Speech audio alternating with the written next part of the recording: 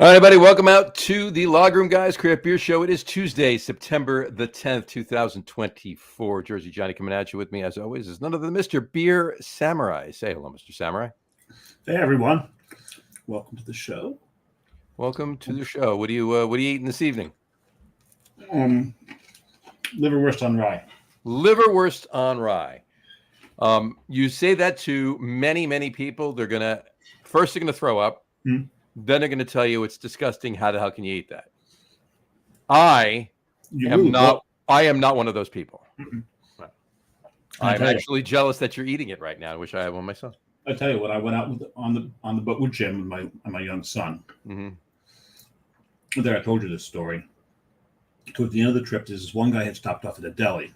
Right. He got all these like artisan sandwiches and stuff. He had a sack of them. He's pulling them out, going, okay, so I've got this, and listing all the ingredients that are on it.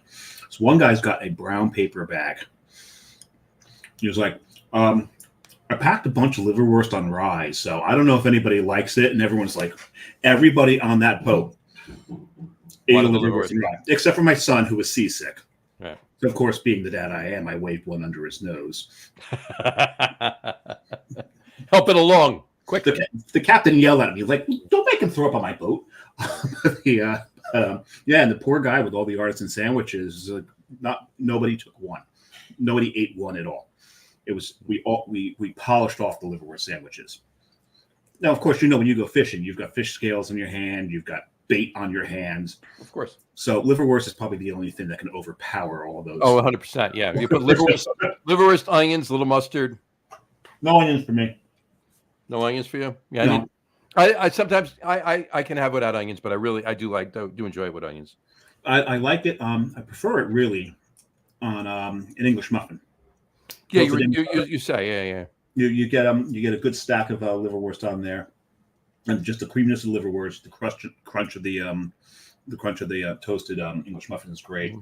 So when I do rye, a lot of people won't, they just do just rye. I like to toast the rye. I like that crunch with it. You like the crunch, yeah. I like just the plain rye. I like nice, good hearty rye bread, liverwurst, and onions. And I'm weird like this, not just like cut up onions or whatever. I want a not super thick, but a decently thick slice of onion right on top, and then no onion for me. But I've been eating this since I was. You would think it was liverwurst day, but it's not. No, not liverwurst day. You just happen to be eating. I was eating liverwurst. You know why? Why are you eating liverwurst? Because I don't have a TV dinner. Because you don't have a TV dinner. And why would you want a TV dinner today? It's National TV Dinner Day. Happy National TV Dinner Day. Yeah, we did that, folks. They're still out there. Yeah, exactly. Swanson Hungry Man. Swanson Hungry Man dinners. You remember those? Remember when they had the compartment with the compote, like the dessert. Yeah, the apple, like that apple compote thing, or there was the brownie. I like the brownie. Yeah, brownie was the best. And it didn't matter what you did with that corn, it dried the hell out. Oh yeah, I was always Yeah, you might as well just serve it with popcorn. Right. It just, but I was like the ones that you had to you cook it and the foil was over it, but you had to one of them or two of them you had to rip the foil off because they needed to cook without foil. So yeah, it was a whole procedure, And then when they became microwavable, then it was plastic, and there was no way to cleanly cut that plastic. Nope. You always had to be a plastic surgeon, and kind of put some of the plastic back. Literally a plastic surgeon. There you go. But I got to be honest with you. I never really, I can't stand putting plastic food inside plastic, covered in plastic, in a microwave, and then I know it's fine. It's actually not fine. They're saying that they're finding microplastic in the human brain now. Mm-hmm. Yeah, lovely. That might be Apple though. Injecting them into our skulls so they can control us. Well, don't even get me started. Don't even get me started. There's pop poking the bear. Exactly. Fortunately, our guest is in California, so it's not that big of a deal. And he's close to Apple too, but we'll leave that alone. So, Clark, at least a lot closer than we are. Let's bring him on because I need to wash down the liverwurst. Gotcha. Oh, by the way, and here's a hint. It's water. What? This is my water glass, but well, it's a freaking 2-liter Stein. I'm not drinking 2 liters of beer on the show all at once. I gotcha.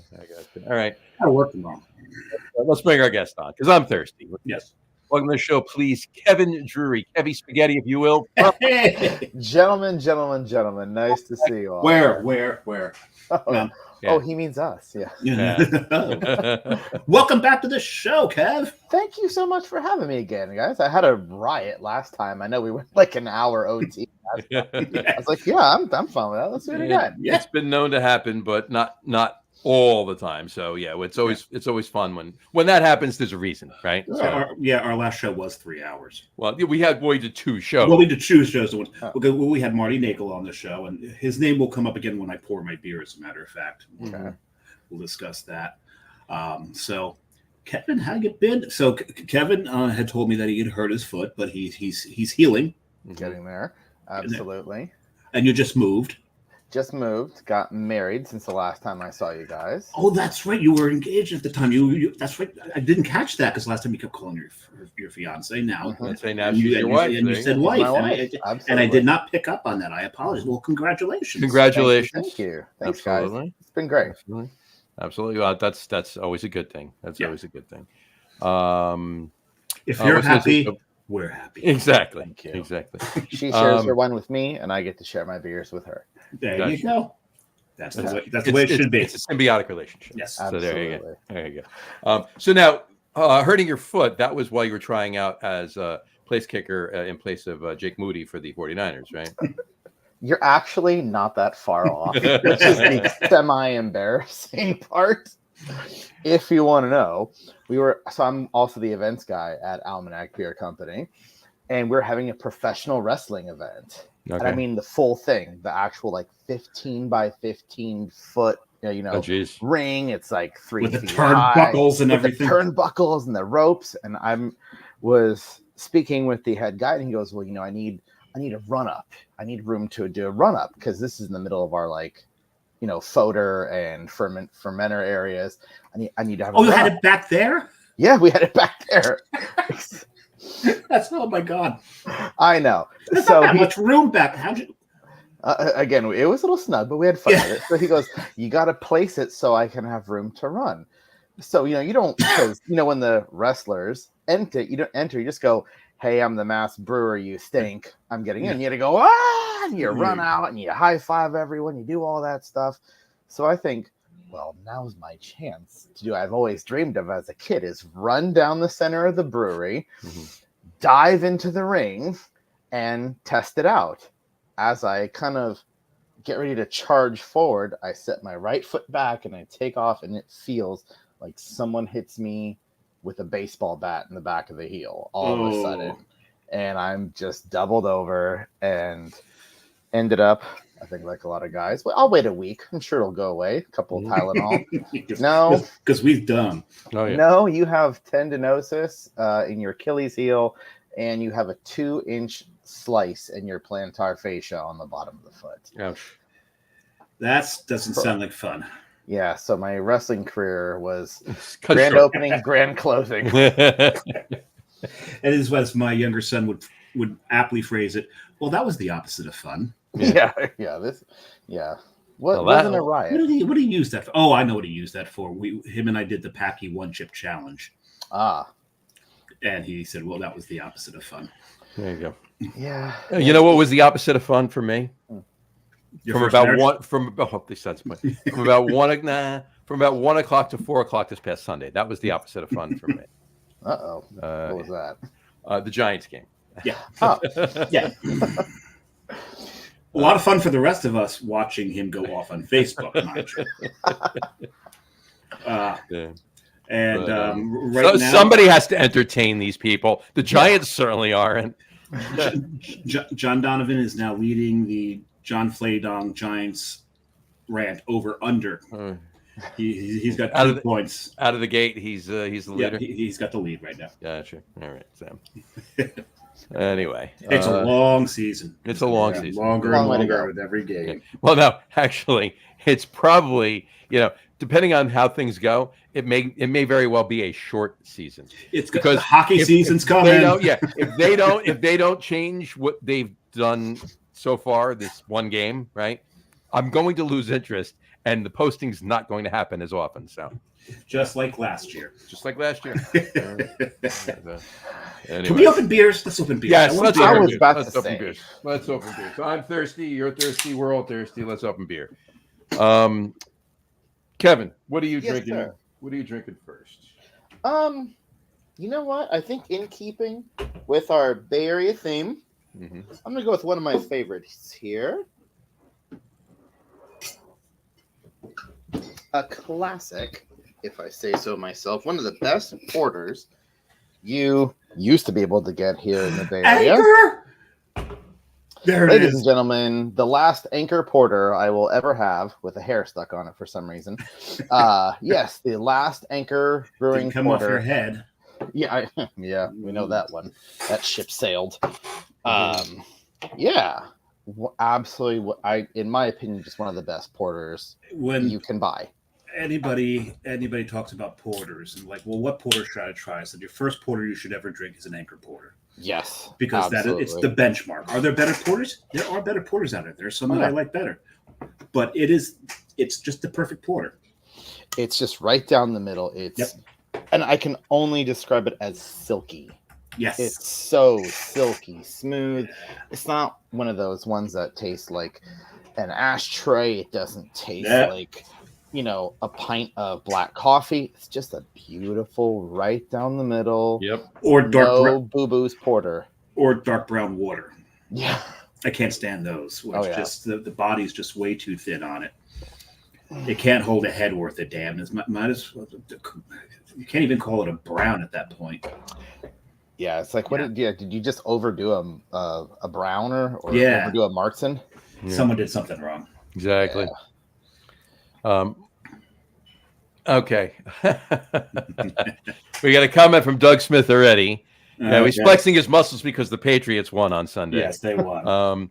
And he said, Daniel Jones is trash. Yeah, we're aware of that. We are aware of that, Doug. But thanks for sharing. And speaking of Doug Jones, and John, I haven't told you this. I have I did order a bottle of Malort. Oh. He just makes that same face. The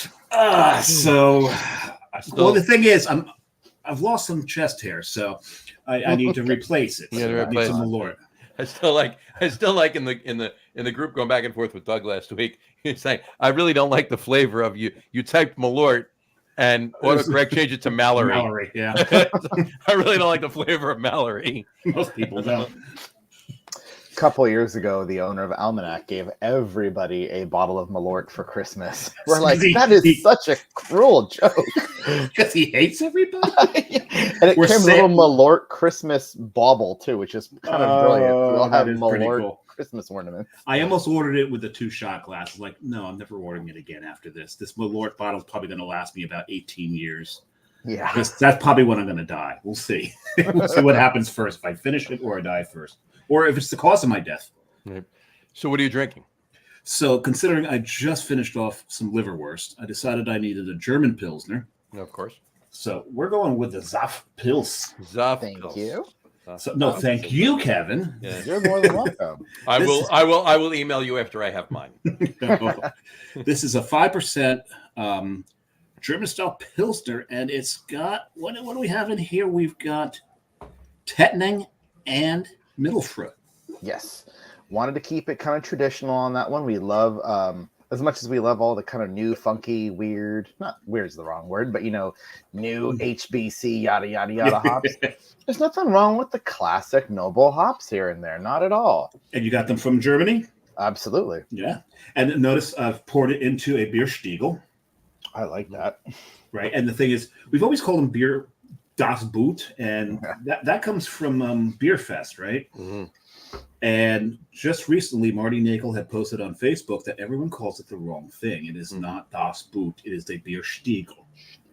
Bierstiegel. And I've got the one with the Air Force logo. Now, you're drinking it wrong, though. Point the toe away from you and then drink it. Like this? Yeah. So it gets splashed. Actually, what I tend to do is I tend to drink it toe down and then turn.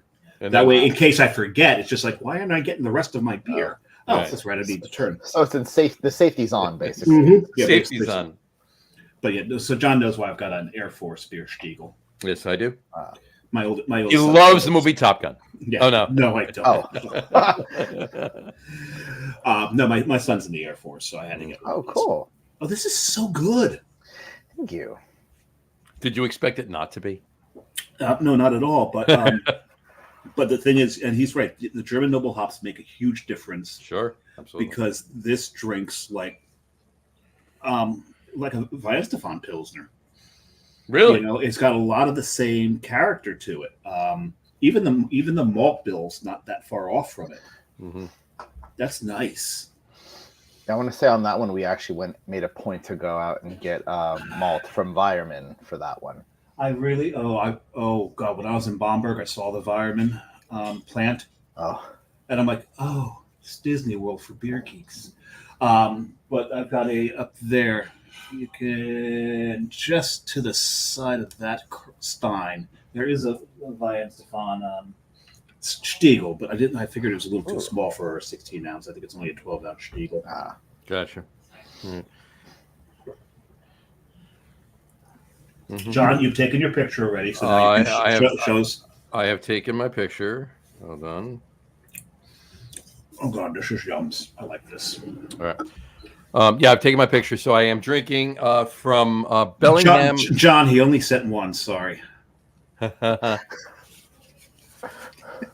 You're full of it, sir. With all due respect. Full of a lot of things.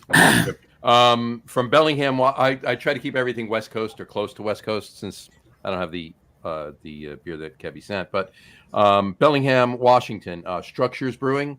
It's their Kolsch style ale. love a Kolsch. Yeah. Bellingham is a cute town. I didn't get to go there when I was on the West Coast. Oh, that's the state bird of New Jersey right there. There you go. Did you know that? The state bird of New Jersey. That is the goldfinch. That's the goldfinch. Yeah, you know how many goldfinches you see in Jersey? This one right here. That's about it.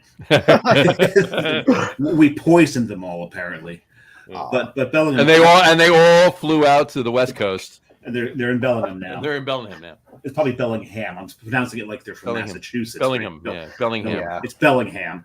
And but when we took the tram up to Vancouver, went right through Bellingham, and like, we need to come back here. This just from the train alone, it's like this looks like a cool town. Interesting. Prost. Prost. Prost. So yeah, there you go. Ooh, that's tasty. I like that. I do like that. I do like that. I do like that a lot. I like it a lot. I like it a lot. Anyway, all right. So Dumb and Dumber. Dumb and Dumber. Yeah, exactly. So anyway, so what's new at Almanac, Kev?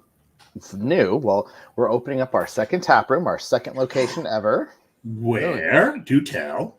Only about 20 minutes away in downtown Oakland. We're very excited about that. So without being too overly verbose about it, you may have heard the Oakland A's are leaving Oakland. And you're taking over the stadium. Yes, That's a big tap room. That's a big tap room. It's gonna be a whole thing full of Croisen. Yes, no, but they're leaving, and the response was we got I want to say it's just another minor league team called the Oakland Ballers. It kind of goes back into. That's a great name. Mm-hmm, it goes back to some sports history here in Oakland, and they set it up in a really lovely little park, and they started opening. It was actually an old warehouse district, and we put a spot right next to it, right across the street. Genius. We're going to open our second tap room, and we're very excited to have it there. We should be opening, honestly, in the next month or so. Oh wow! I mean, it's ready to go. It's ready to pour, but it's one of those things where you have to wait for all the government nonsense, inspections, and all this red tape, yada, yada, yada, to get done. So we're ready to go when they are, but we're pretty excited about that. So that's a big leap for us. That's great. To have two That's locations. very cool. Yeah. That is so cool. That is great. And how's the Oakland craft beer scene looking? Because I know there's quite a few in there. I was gonna say, so it's been a little weird here on the West Coast and in the Bay Area. We've had we seem to be in a bit of a valley right now. Okay. Some of the big names are not doing as good as they used to do, and some have just started shutting down places. Harmonic, who we love, most on the peninsula, they shut down one of their I was rooms. gonna ask about Harmonic because it's one of the places I wanted to get to when I was there. Yeah, and never got there. now they say it's one of those we'll never really find out what happened. The people I know on the inside said it was more of a rent issue where I don't know exactly how the real estate market on the East Coast works, but basically you move into a Probably place worse. okay, you get a great rate to start off, and as soon as your business takes off and it's time to renew the lease, the landlord goes, "Hi, I heard you have a lot of money. I'd like it, please." We know this music. Okay, so yeah, Harmonic, I was told, had kind of done that the same way. They'd done well for themselves. They put up a little stand outside the Chase Center where the Warriors play, and that thing's going gangbusters. Oh, wait a second. No, I've been to that one. Yeah, so they shut down one of their tap rooms. You've seen those guys get hurt. We've seen Buck Wild Brewing go in Oakland also go out of business. That was really unfortunate. I'm sure there's one or two more that I'm forgetting, but we seem to be in a bit of a lull right now, truthfully. Now, I was reading a business magazine that says, "Oh, this looks like the bottom of the trough," but I'm not quite convinced. Just because the people I see around me are saying, and we're getting a lot of, "Please come in for a beer. We'd really appreciate it if you could come in for a beer." Yeah. Yeah, we're seeing this across the country. Actually, it's not endemic to the Bay Area. And we've talked about it. We've talked about it on the show quite a few times. And there's so many things back and forth about it. A lot of the breweries just couldn't recover from COVID. Yeah, they couldn't swim their way out of the debt that came with that. But it's also right now the younger generations they're not turning to craft beer the way. Yeah. The millennials and above did, and even the millennials turned away from it a little bit. But Gen Z they don't drink beer. Some of them don't drink at all. Yeah, good chunk of them. And when they do, they're drinking seltzers and they're drinking canned cocktails. It is National Canned Cocktail Day today, by the way. Yes, this is true. It's International Canned Cocktail. International Canned Cocktail. Happy International Canned Cocktail Day, everybody. So have at it if you got them. But this is and also spirits. So this is what's going on, and that's eating into the beer market. And it's got to be something like that because it's not just craft beer feeling it; the big boys are feeling it too. Yeah. So beer sales are down all around, and I think that's probably COVID's a big contributor, but I think the major contributor is beer is kind of out of stock, going out of style with the younger generations. But what? See, I agree 100%, and I have, and we've talked about it many times, right? But on the show and not on the show. But what I don't get is that, or I can't say I don't get. What I don't buy is that it's just purely Gen Z. Okay, because no, it's not. If it was just purely Gen Z, that means everybody that from Gen Y and the millennials, if you will, and Gen X, and even the boomers that are still out there and drinking beer, and there's plenty of them.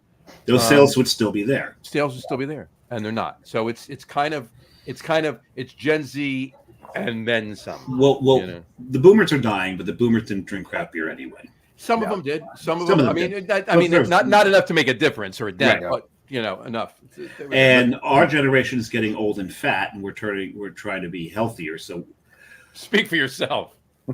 You're a year behind me, and no, I'm not talking about the fat part. I'm talking about the try to be healthy part. Oh, try to be healthy part. I was like, hang on now, hey, let's keep it civil, boys. I'm like, seriously, you normally own the old fat thing. I just did. You just did. That's why I was confused. Like, what do you mean? No, so some of us, and I'll admit, I've cut back a little bit. That's why there is so much beer on this shelf, because it's not in this. It's not in the belly. Get in my belly. Jokes aside, I'd throw my weight behind that too. The people I see coming into the tap room. See what you did there. Yeah, thank you. Well played, sir. Well played. when I was trying to sort of thin myself out to get my wedding suit, you're sort of counting calories, and you kind of tell yourself at a certain point, okay, so if I keep this up and I eat this healthy thing, but if I have one IPA, the whole thing's moot. I've blown it for the day. Blown it for the day. It's shot. I found a way to much easier to get into that suit without dieting.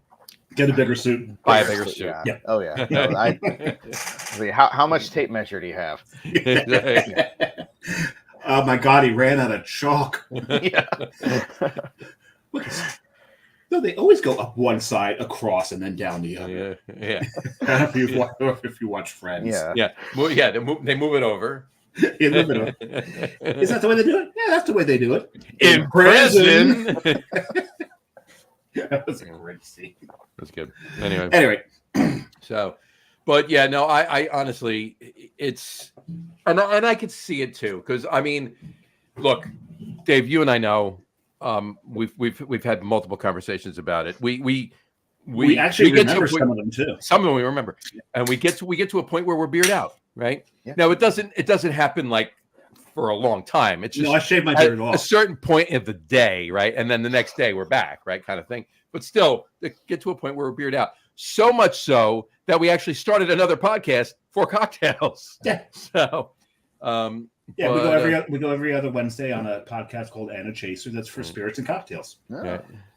And we throw beer in there too.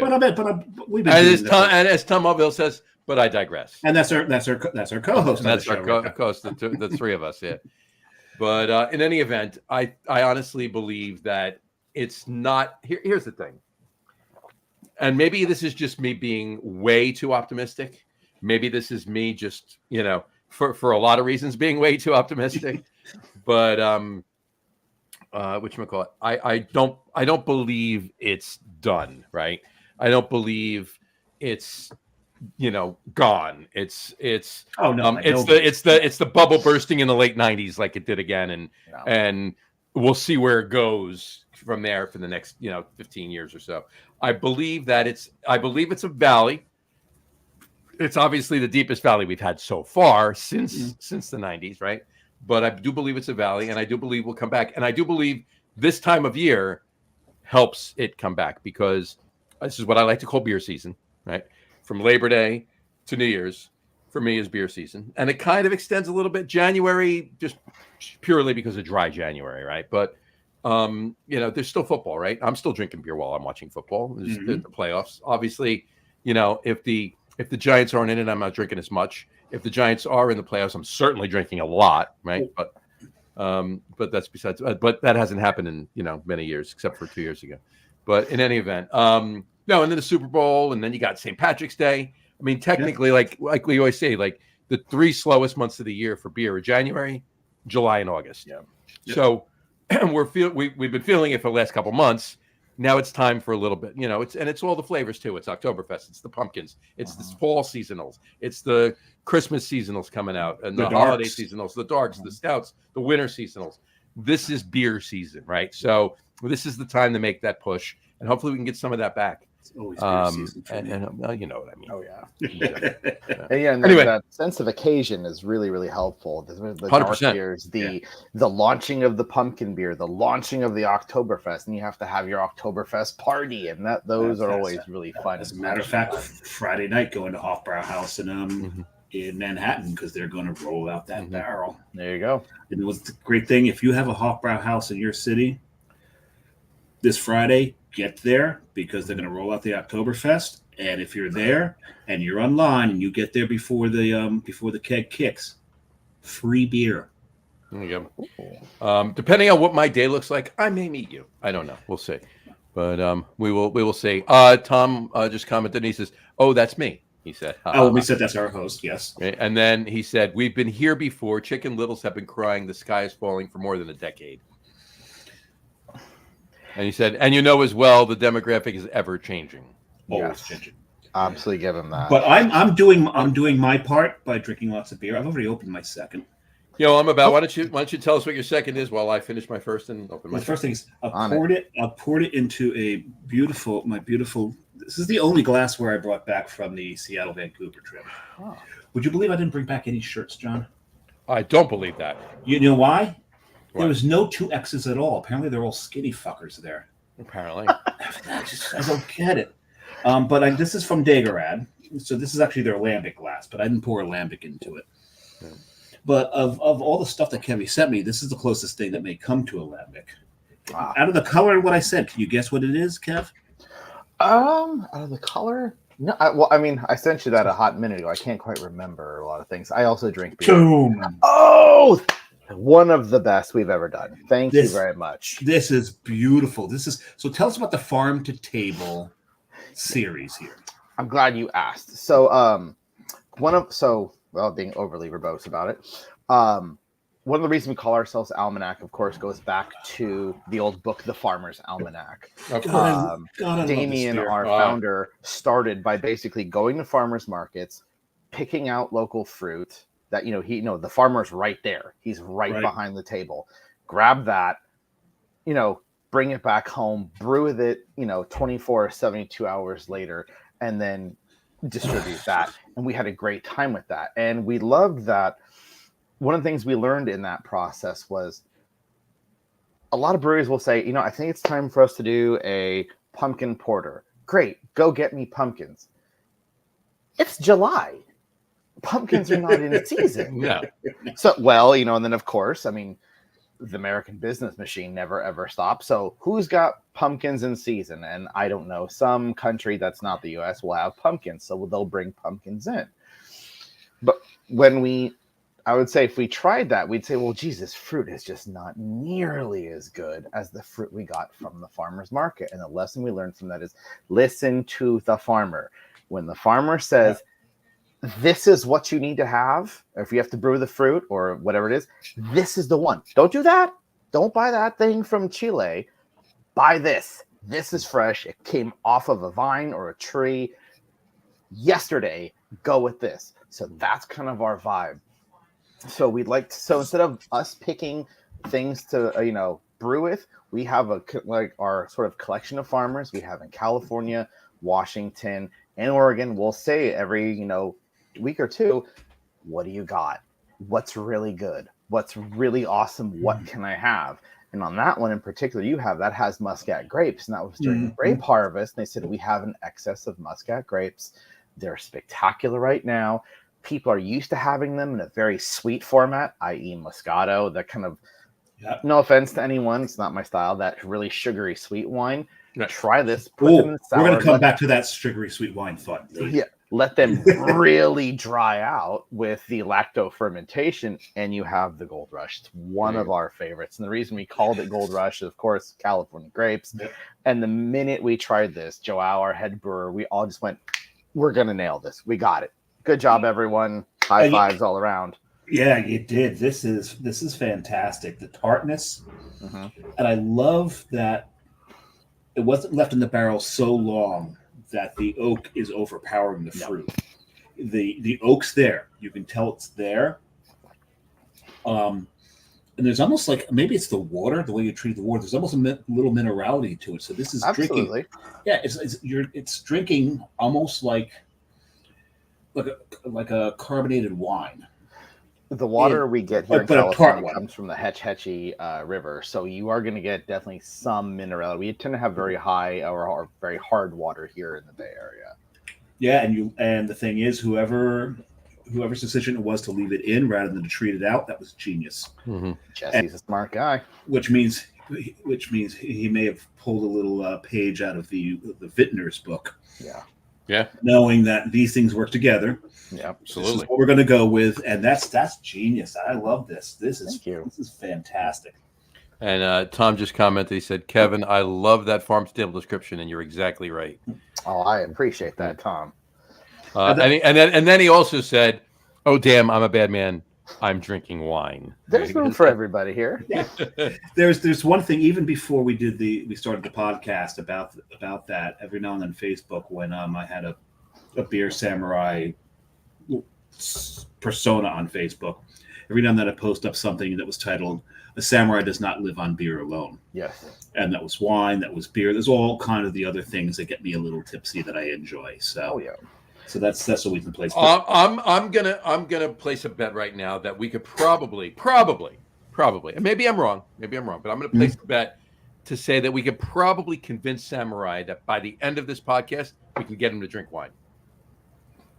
I'll take that bet. There's no. All right, fine. See if you can talk me into it. I'm gonna try and talk you into it. I tell you what, though, but Tom's right. His description of the farm to table, 100%. What I'm thinking of, what it brings to mind for me are the great chefs. Great chefs who get up first thing in the morning, go to the farmer's market, and they're picking out their ingredients, whatever's the freshest, whatever the best. They're sniffing everything. They're tasting everything. They're talking to the farmers, whatever's the best, and they bring that stuff home, then to the restaurant. Then they start writing the menu for the day. For the day. Yep. And that's how. So that's the vision I got as you started to describe. Jesse at the market, buying the grapes. Guarantee you, he popped a few in his mouth first. When a chef is at a farm, a market, wherever he's going in the morning early, and seeing what's fresh and seeing what's new and seeing what even if it's seafood to catch at the port or whatever, and then decides what he's going to make and brings it back and writes the menu. That's fan-fucking-tastic. That's art. That's art. It's art. One thing I absolutely love to see, and it kind of tickles me a little bit. I worked at another brewery where we used a lot of fruit product, and it came in like 55-gallon drums, already processed, pureed, and fruit product. Right, pump it in. Not very sexy, no offense. One thing I love in product of Venezuela. This is just in that tickles me is that when the farmer brings it in his Dodge 2500 in dirty white, not dirty, not like unsanitary. Let me walk that back for a second. Stained. In used white buckets from a farm, and he's got dirty hands, and there's still a leaf in the bucket here too. This has not gone through a 9 process, factory somewhere that's the size of Vermont. This is just a guy picking peaches, putting them in a bucket, and bringing them to us, and I absolutely adore that. Like I said, you still get the King's Orchard stained, well-used white bucket, and he says, "Can I have the buckets back when you're done?" Of course. 100%, yeah, we'll even rinse them off for you. And then Tom just said, "Yes, I love when I run into local chefs at a farmer's market. I do too, 100%." And it's if you were a fan of Bourdain, you watched his show. Any town that he went, if he was feeling out of place, it wasn't even that. First thing he did, any town he went to the market. Because it would tell him what are the ingredients. This is going to tell him how they cook. So the fact that they've taken that, expanded that into beer, that's the way beer used to be. Yeah. Going way back in the day. So we never, we didn't have refrigeration. We didn't have airplanes. Ways to get all these things from below the equator when it's summer there and winter here. Yeah. So the fact that that some breweries have that mindset to bring that back, that's amazing. And the results, when they say the proof's in the pudding, the results in the glass. There you go. And speaking of what I said before about convincing Dave to try and drink some wine by the end of the show, Tom said, "Just don't let him pass out again." It was one time. It was one time, and it was 4 years ago. But Tom never lets you live anything down. My second beer, I stayed. I stayed. You stayed in the family. I stayed west. I didn't stay West Coast. I stayed west. I dialed it back to Colorado. Wiley Roots Out of Office Lager. I love the sign. There you go. Out of Office Lager. It's an American lager brewed with barley and flaked rice. Ooh, flaked rice. Very interesting. Yeah, and it's actually really tasty. That should go down nice and easy. So I've got my second one here as well in this fancy new Glarus glass my friend bought for me. Very nice. Ooh, new Glarus. You want to talk about farm table? Yeah. This is actually from a place I got to visit a couple of months ago that I'm utterly in love with on your guys' side of the country. Ooh. This is from Flight Deck Brewing in Maine. Very nice. I had in Brunswick, Maine, had the best time there, the nicest staff in the whole wide world. I didn't make it there with my travels. How did I miss that? Super cool people. They were on an Freaking old, Brunswick. like a Air Force base or something like that, and they have like fly-ins and there's planes everywhere. But amazing staff, great pizza. Had a wonderful time. Can't wait to go back.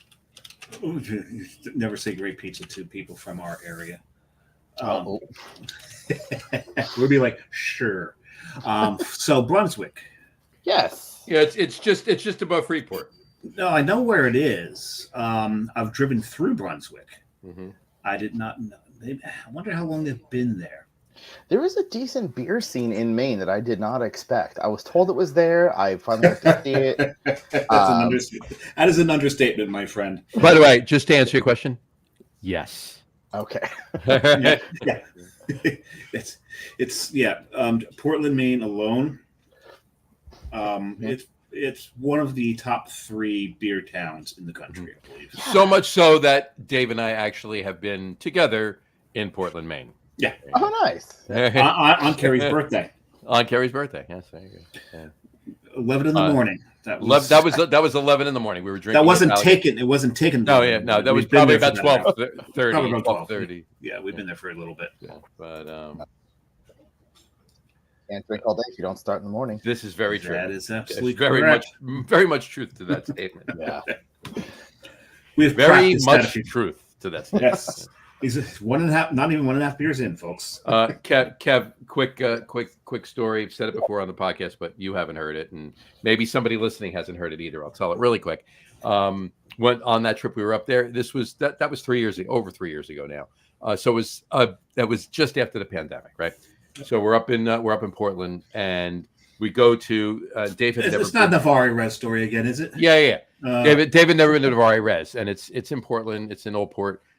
One of the best. It's a legendary craft beer bar. Legendary craft beer bar in the Northeast. So we're there, and we're both asking for beer off the menu, and they're out now. They have an amazing bottle list and an amazing tap list. The bottle list is even better. Yeah. But they're out of things because the pandemic had just happened, right? So yeah, we're out of that. No, we don't have that. No, we don't have that. Right. So finally, I go.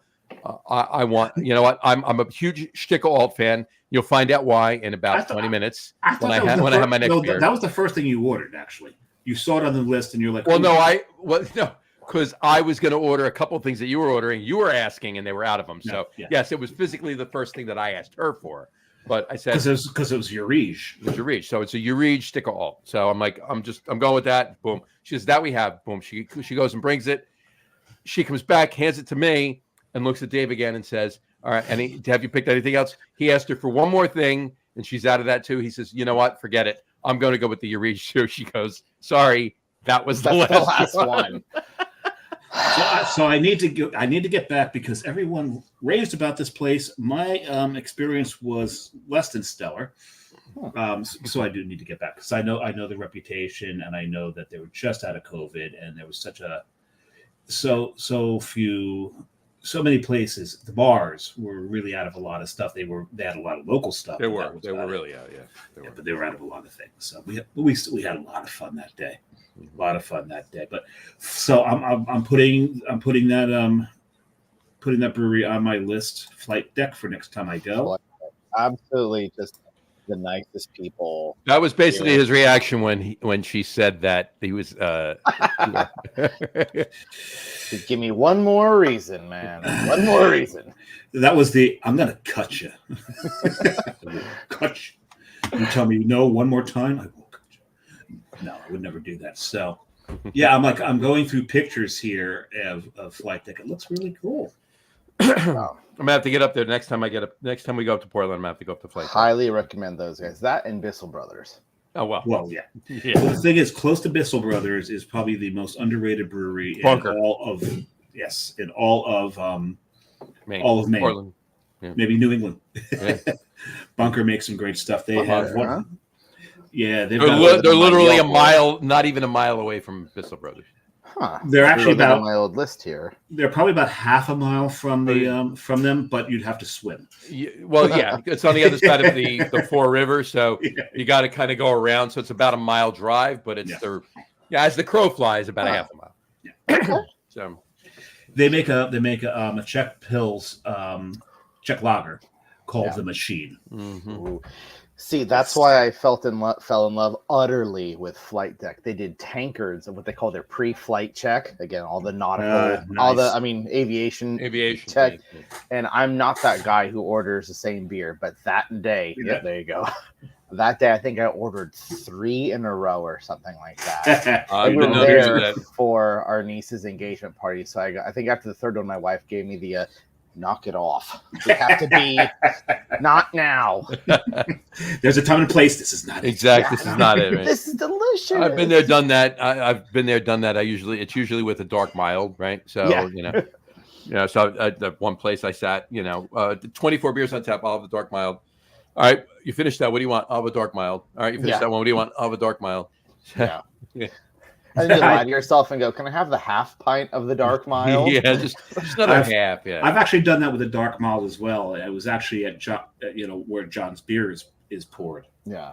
Sadly, it wasn't actually his beer. It's not. But his brewer made it. Right. But his brewer made it. Right. So. Well, because I wanted to kind of not drink so high. Well, no, it's 3.8% dark mild, so it's perfect, But yeah, the beauty part about that is where I was drinking it. We've actually had this particular brewery that I'm talking about on the show is old Our Town Brewing in Lancaster, Pennsylvania. But I probably had 5 of them, right? But the owner's sitting there and we're going back and forth, and he goes, "You got to try other beers." So he just starts pouring me everything else. Taste this while I'm drinking them out. So worked out great. So. I mean, on my side of the bar, as the front of house, that's also my favorite thing to do. When someone comes in and they're enthusiastic about the beer, and I'm not that busy, I'm going to have the best day ever telling you everything there is 100%. To know about those beers. I love doing that. Love doing that. I've watched the man at work. Watch people come in, look at the beer list. They don't drink beer, and him find them something on that list that they liked. I've seen him do it. And he asks the right questions. He understands what they like, what they don't like.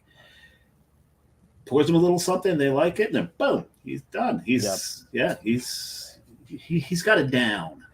This is going to sound really ridiculous, and I wouldn't blame you if you laughed. You ever seen? There's a documentary called Jiro Dreams of Sushi. You ever heard of it? That's he's a legendary. Like he's the greatest sushi chef in Japan is all together. Really? And I mean, it takes like a year or something. I might be exaggerating to get a seat. It's like a 4-seat, place at his sushi place. And the thing is, when he serves you something, he looks right in your eyes, and he's gonna watch your expression if you go, or he's gonna go off that. And he's going to ask you a bunch of questions. And then if you say, well, I really like this, but you don't have that, he's going to find, okay, yes, I don't have what you want, but what's that flavor profile that you like? And then I'm going to find something with the fresh local ingredients that I have, and I'm going to flip that back at you. And I thought, okay, now hang on. Because, I mean, I know no one likes to hear this, but it's an everyday situation that happens to everybody in the craft beer world. Someone comes in and goes, "You'll have a Modelo, please." Yeah. And you go, "Okay." Now everyone's first. We have that friend. We do have that friend. He works in the craft brewery industry, though. He did. He doesn't anymore. But, that's right. He's in stationery now. Okay, sure. Why not? Is that the Scranton, Pennsylvania? Hopefully temporary, but I'll leave that alone. It's not Thunder Mifflin, but okay. Yeah, that's not Thunder Mifflin. Yeah, it's the whole range of my East Coast knowledge. That's what she said. No! Flight Deck Brewing and The Office. That's Flight Deck Brewing and Scranton, Pennsylvania, the Electric City. All right. Yeah, but I learned how to do that kind of a thing And it served me very well. Oh, but when people come, oh, Modelo, okay, hang on. Let's see. What you really mean is you want something with really low bitterness, smooth, light, drinkability, and that's refreshing. Great. There's about 5,000 other beers we can get that are not Modelo that are going to fill out all of those adjectives. By the way, anybody out there that, and I'm not, this isn't belittling Wiley Roots out of office lager. It's fantastic. This is a delicious beer, but that flavor profile that Kevy's talking about. All right, if you're watching the show and you happen to like Modelo, for whatever reason that you're watching the show and you happen to like Modelo, drink this. Oh yeah. Yeah. Oh yeah. Don't give it to the big cartel down there below the border. Yeah. Don't give your money to them. You ever love the question? I like ales and I like lagers. What should I have? Like, well, lucky for you. I think you should have a glass of wine. Lucky for you, everything I have is ales and lagers. Or lagers. Yes. Yeah. Oh, geez, that's great. There's so many stories I can go on. I've probably said them all on the show, so I won't. But there you go. It's always fun when you're sitting at a craft beer bar, and this happened to poor Henry's once, John. Mm-hmm. God rest their soul. COVID took them.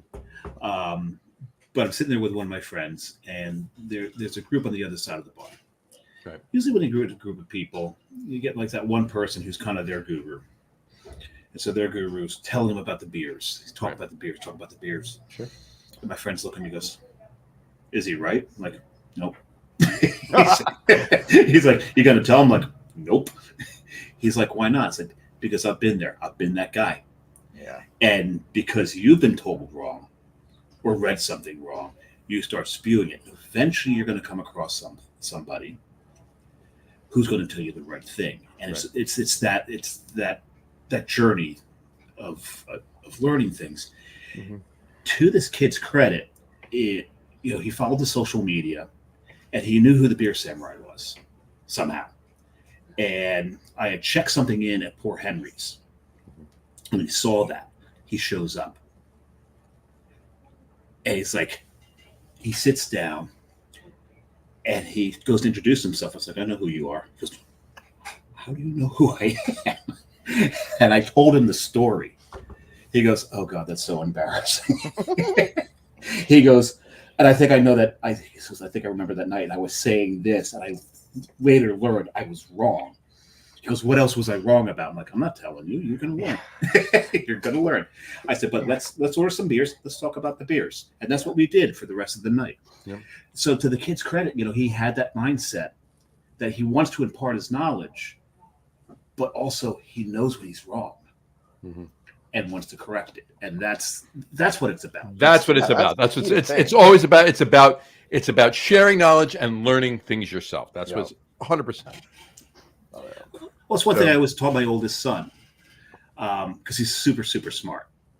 And I said to him, don't be too, show a little humility. The second that you think you're the smartest person in the room, you're all of a sudden the stupidest person in the room. Because you've stopped learning. It's about two things. It's about knowledge and humility. Yep. 100%. Because if you're not humble, you're not going to learn. The universe has an amazing way of letting you know that you're not the smartest guy in the room. And I'm not saying just one person, but it's myself included, all of us. Everybody. You kind of come out a little cocksure. You meet someone who's got, 2 more PhDs and whatever that was than you. And you go, "I'm just going to shut up and listen," which is an amazing teaching moment. And that is a great skill. Shutting up and listening is a great skill. Is a great skill. Absolutely. And to your point about the universe, people ask me my religion, and I put down paranoid agnostic because I'm really not sure about the nature of God, either capital or small G, but I'm pretty certain they're out to fuck with me. They love me. So that's a paranoid agnostic. You resemble that remark. Yes, you absolutely do, Sam. Anyway. How is your what are you drinking again, Kev? I'm drinking the Sub Hunter, their Imperial IPA. Oh, that's right. From hopefully you don't end Light this Tech, right? podcast too quickly. Oh no. Yeah. Oh no. No, it's lovely. It's got a nice big. I still have half my malty second beer, and I have a third there, and we have a lot more to talk about. I've So. got about that much left. There you go. You have a fourth beer on deck, though. If I do have a fourth beer, I'm going to have to take my leave for about 45 seconds and run down to my refrigerator to get my fourth. If I go to that fourth beer tomorrow, it's going to be really, really tough because Kev knows what it is. Well, you know what? I'm probably not going to go because my third beer. I kind of foreshadowed it when we were talking about one particular beer in Portland earlier. Yeah. I'm going to enjoy that. I'm going to savor that beer. I'm not just downing that beer. So, or at least I hope I am, because I've never had that particular one before. All of these beers, by the way, that I'm having tonight, these 3 beers that I'm having tonight on the show, they are all Tavour beers. Ooh, yes. They're all Tavour beers. And on our next show, I'll be drinking nothing but Tavour beers. I will be as well. Because unless you drink some of the Almanac. Well, no, I probably have 2 Tavour beers. Well, I might have Almanac, but I might have 2 Tavour beers, or 1 Tavour beer, 1 Almanac beer, and 1 particular rye ESB that's coming out tomorrow. Yeah. Oh, I've heard of that beer. You've heard of that beer, yeah. And you might as well. Oh yes. There you go. And Kev might as well, if he's watching the show, he might have one along with us. I hope so. Yes. Yeah. If you can get it to him on time. If I get to on time, exactly. See what FedEx can do. See what they can do. What can FedEx, UPS? What can Brown do for you? So we'll see. Yeah, that is their phrase. That is what can Brown do for you. Brown can get me a drink. This is true. All right. What's going on with any new beers, or maybe not new beers, just seasonal beers coming up for fall or the holidays, for that matter? Absolutely. So, I mean, one that we do so well, in my opinion, is our Rocktoberfest. I'll have to get some out to you guys. So, our Oktoberfest, our Munich Märzen / Oktoberfest. Sure. It's one of our favorites, one of our best. We do it every single year. On this one, we actually make a point to also go out and get the Barca brand, Barca malt from Weirmann as well, which is sort of the authentic way to do it. Love it. There are a million Munich type malts you can get from, raw malting out in, the Midwest. Nothing wrong with those things at all. Don't get me wrong, but we'd love to actually go get the real Weirmann German malt for this, German hops, and actually really, really, really let it lager. And we're really thrilled with it because the last couple of years they brewed one batch, and I'm at least as far as I'm concerned, the Taproom go, great, I'll take 8 half barrels for this week, 8 half barrels for the next week, and they say, well, we're going to be done before October.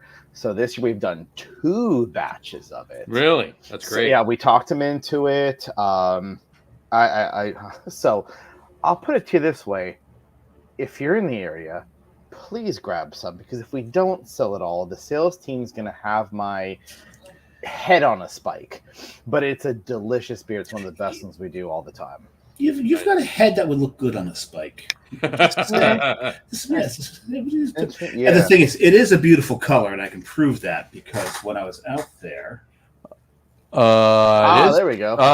Chestnut, very nice. Yeah. Yes, that's it right Beautiful. there. I drank that. Now on the other side there, that is the Kolsch. The Kolsch was out as well, and drinking the Kolsch is what got me this big bad boy. I actually remember you sitting in that exact spot on my side left bar. I remember that. And by the way, your sticker is still on the tip picture. Is it still on the tip? I love it. Love it. Still on the tip picture. I was wondering Got to send you a couple of these. I don't have any of those yet. Oh, please do. I will. They go in my water bottle that I bring to work every day, so on and so forth. With coffee shops and a few select breweries that I love very, very much. There we go. So, that's a great one I'd like to do. Any holiday beers beyond that? Holiday beers, truthfully. So I know we have some. I don't quite know what they are. We're gonna let our head brewer, Joao and Aaron, take care of those. So those guys are always cooking up something. Is it kind of a thing where you have holiday beers, but you don't have a specific one you do every year? Yeah, no, we don't. a for the holidays. rotational thing, like one you do this year, you might not do for another 3 years. You bring it back then, kind of a thing. Yeah, as far as like Christmassy type beers, holidays, they're just different every single year. We like Right. to let the brewers really run with that. That's awesome. That's We awesome. just hired a brand new, well, actually that. promoted. Everyone kind of got bumped up a step.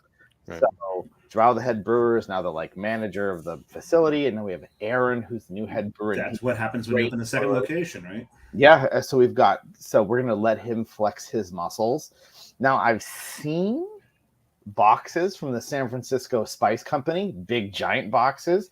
So I know they're cooking up something that's gonna be really, really interesting. And I know we also got some barrels from so Anchor Brewing used to, or still, I don't know if it's still functional, but it has the Hodling Distillery Company that makes like Old Ventura whiskey and rye. And we just bought a whole bunch of their barrels. So something's in that barrel right now. Interesting. Very interesting. 2 months so far. So I'm excited to see what's going on there. Well, considering there's at this moment, there's a gap in the holiday beer climate of San Francisco. Mm-hmm. So don't remind me of that, but yes. Yeah, that hurts so much. It does. But, a yogurt brand bought them. Well, the guy who owns a yogurt brand. Chobani. Yep. Chobani. What's the culture out there like now? Yeah. It took me a second, but yep. Ladies and gentlemen, 5 points to Mr. Jersey Johnny. Thank you very much. There we go. I will toast that with this. Cheers to that. It's only the third time you choose to joke on the show. I'm excited. I like it. It's the surprise, the nature of it. Yeah. Do you? Oh, that's that one's a new one, so I'm going to toast that one. There you go. So seriously, though, what's going on? Not to divert from what we were just before you start with the question. Aha! There you go. We're so proud of that one. This is delicious. Thank you. Mosaic and Nelson. Yes. Truthfully, I hate Nelson so much. I hate it so much. What did he do to you? What? Oh, Nelson Savina. He's not a bad guy. I mean, New Zealand. But we're going to get back to that because I want John to finish his thought of where he was going. Please. Do you remember where you were? Oh, I know where I'm at. He can finish. I know where I was at. Oh, so okay. Because we're going to talk about this beer now. Yeah. Talk about it. I'll come back to mine. Yeah. So I mean, still along the same lines of we'd love to let the cooks cook. It's just sort of a great thing. Is sure. I mean, without being overly silly about it, one thing we've always seen if you've ever watched like Kitchen Nightmares and all that is the cooks are very often, sometimes not, very capable of doing something brilliant. But then you get this accountant and that accountant and a floor manager and then this guy who's like, no, do it this way. Let the cook what they want to do. In this case, this is another situation of we just told our head brewer, you know what? We think we need a new light-bodied summer. Not derogatory, but summer. I'm gonna use air quotes all over that. Summer IPA. Let's go with summery because it is very summery. Yeah, nothing with too heavy of a body.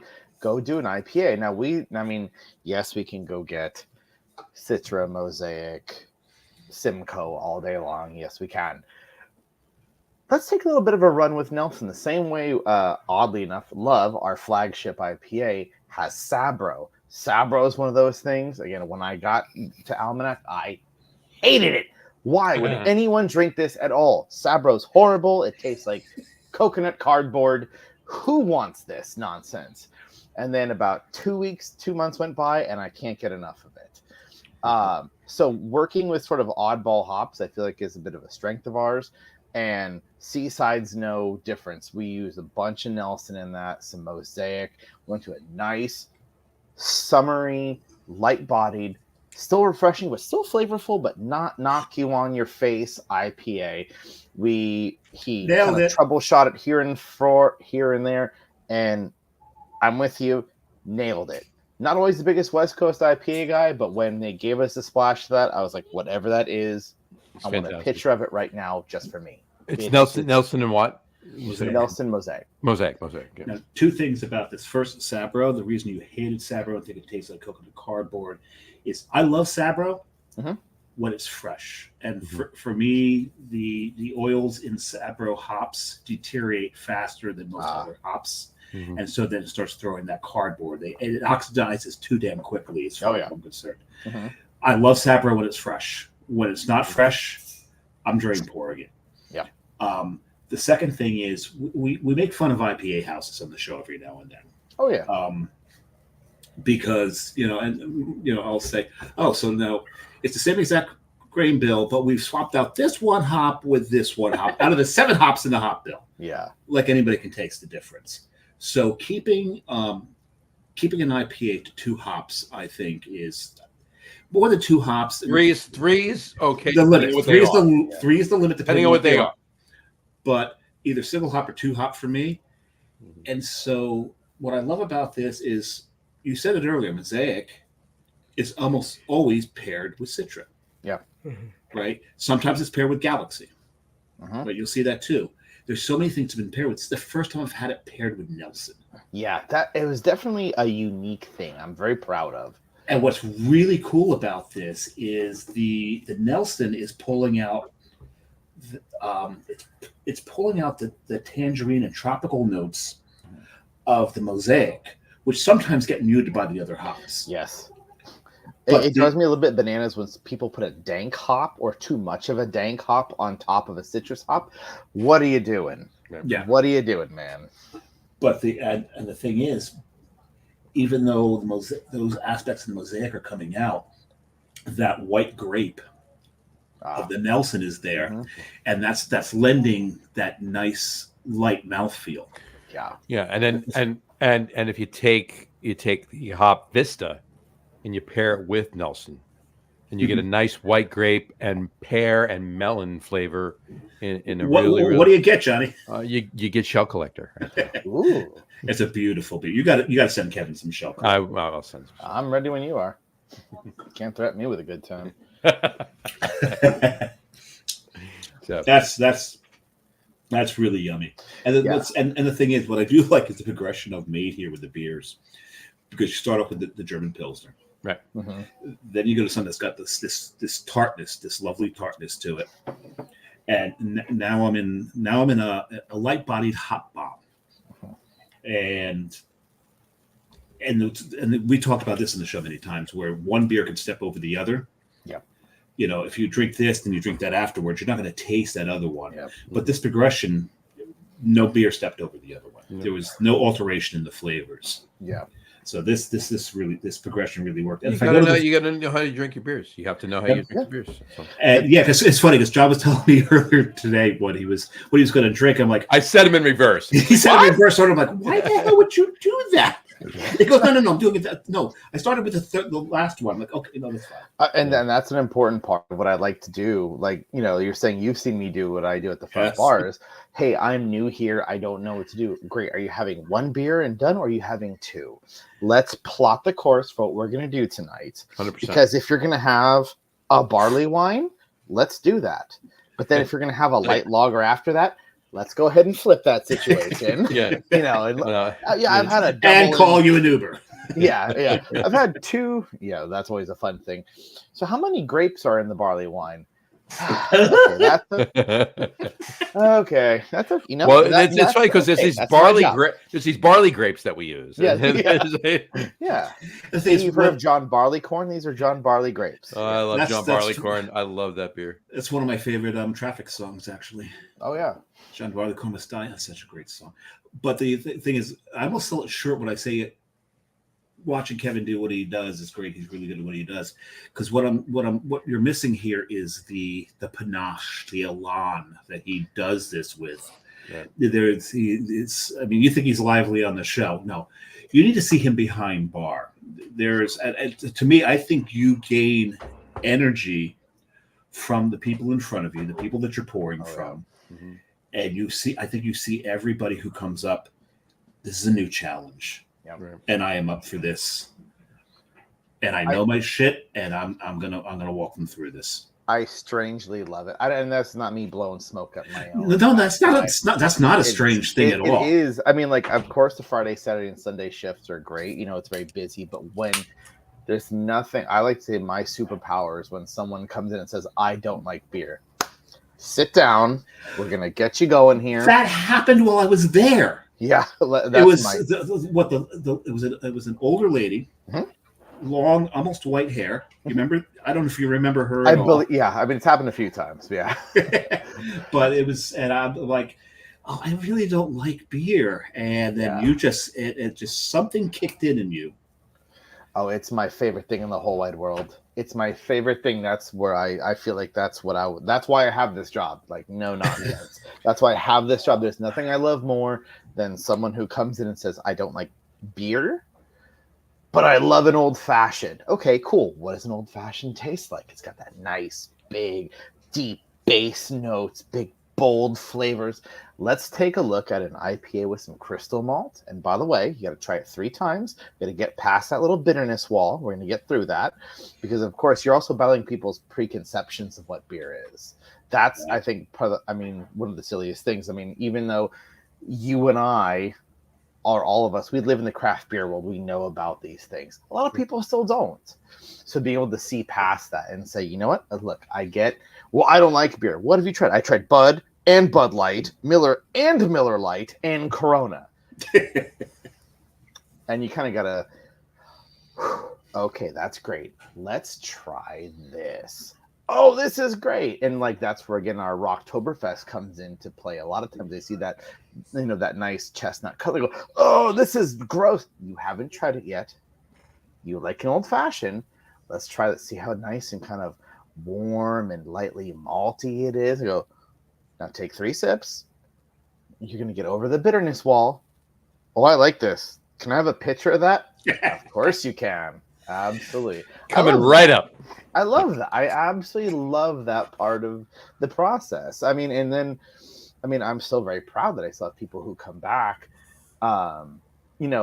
every week, every month and go, you know what? I didn't like beer, but I know that one you told me about, I really dig it. Can I have another one? And then it really sort of brings out the pride out of me when they go, I brought my friend here to try that beer you told me about. There you go. That's great. And one of the things I will say all the time is everybody likes beer. We just have to find out the one that it is. Exactly.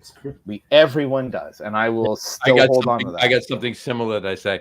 You say you don't like beer. You just haven't tasted the beer that you do like. Absolutely. I mean, between ambers, stouts, barley wines, sours, fruited sours, we're going to find something. And I'm pretty sure, I'm successful about 95% of the time. I opened my 3rd beer. I said this. I got a story, but I know John's just opened his 3rd, so do that first. Okay. What were we talking about before? It's a shiny ass can. What were we talking about before? I got to turn it around. So. Well, I know what it is, so I'm cheating if I say because we were talking about your Reach before in Portland or whatever. This is from Bizarre Brewing up in Washington. How bizarre! Right? How bizarre! Seattle. They're in Seattle. Yeah, they're in Seattle. It's Skies of Red, and it is a Triticale. Isn't that what the Tribbles ate? The Tribbles ate Triticale. Did they? Yeah, I think they did. They ate Triticale. We just passed Star Trek. Yeah. And what was that? What was the drink that the kid that Ron Howard's brother? Yeah, Clint Howard. Clint Howard's drinking. I was Tranya. It was Tranya. So anyway, yes, it's an alt beer. I'm drinking an alt beer. So I'm loving a good alt beer. There you go. So, and I put it in proper glassware. Is your Riche? Oh no, it's your beer. Okay. By the way, alt beers, unsung heroes. By the way, this time of the year, don't get a lot of love, don't get a lot of publicity. They're not sexy, but everybody kind of wants one, especially if they've had them. Yeah. Now, Kevin, what you do, there's these things, and another part of what he does is you've got these like life coaches out there, and the way Kevin walks someone through, it's almost like being a beer coach, a life coach for beer. Sure. And John knows this story. I had in my job, I had hired. I was a supervisor, and I hired a coordinator. First day, he's at my desk. The Beer Samurai logo, the original rendering of it, is at my desk. And he points to that. He goes, "Is that like a beer thing?" I'm like, "Yeah." He goes, "You know anything about beer?" I'm like, "I know a little bit." And he goes, "I'm sick and tired of these American piss beers." He goes, "Is there anything good out there?" And I gave him this. I looked at him and said, I'm going to give you one chance to retract the question because you have no idea the world that you're going to walk into. Yeah. He goes, no, bring it. He goes, "Okay, first of all, I kind of need to know what you like and what you don't like because I hate hops." I went, "Bullshit." No, you don't. Yeah. He goes, no, you don't tell me. You only think you do. He goes, "No, you can't tell me what I like and what I don't like." I'm like, "No, you don't hate hops. You just don't like German hops in American beer. That's what you don't like." He goes, "Well, what's the difference?" I said, "There's so many kinds." And so I started talking about hops. I said, "And I guarantee you, if you start down this path in 6 months, you're going to be sitting at your desk. Your saliva glands are going to start going, and you're going to need an IPA." And I thought you were going to say he's going to be sitting at his desk. He's going to give you the finger for leading him down this path. Well, he did. He's done that a few times. And he looks at me and goes, "Bullshit."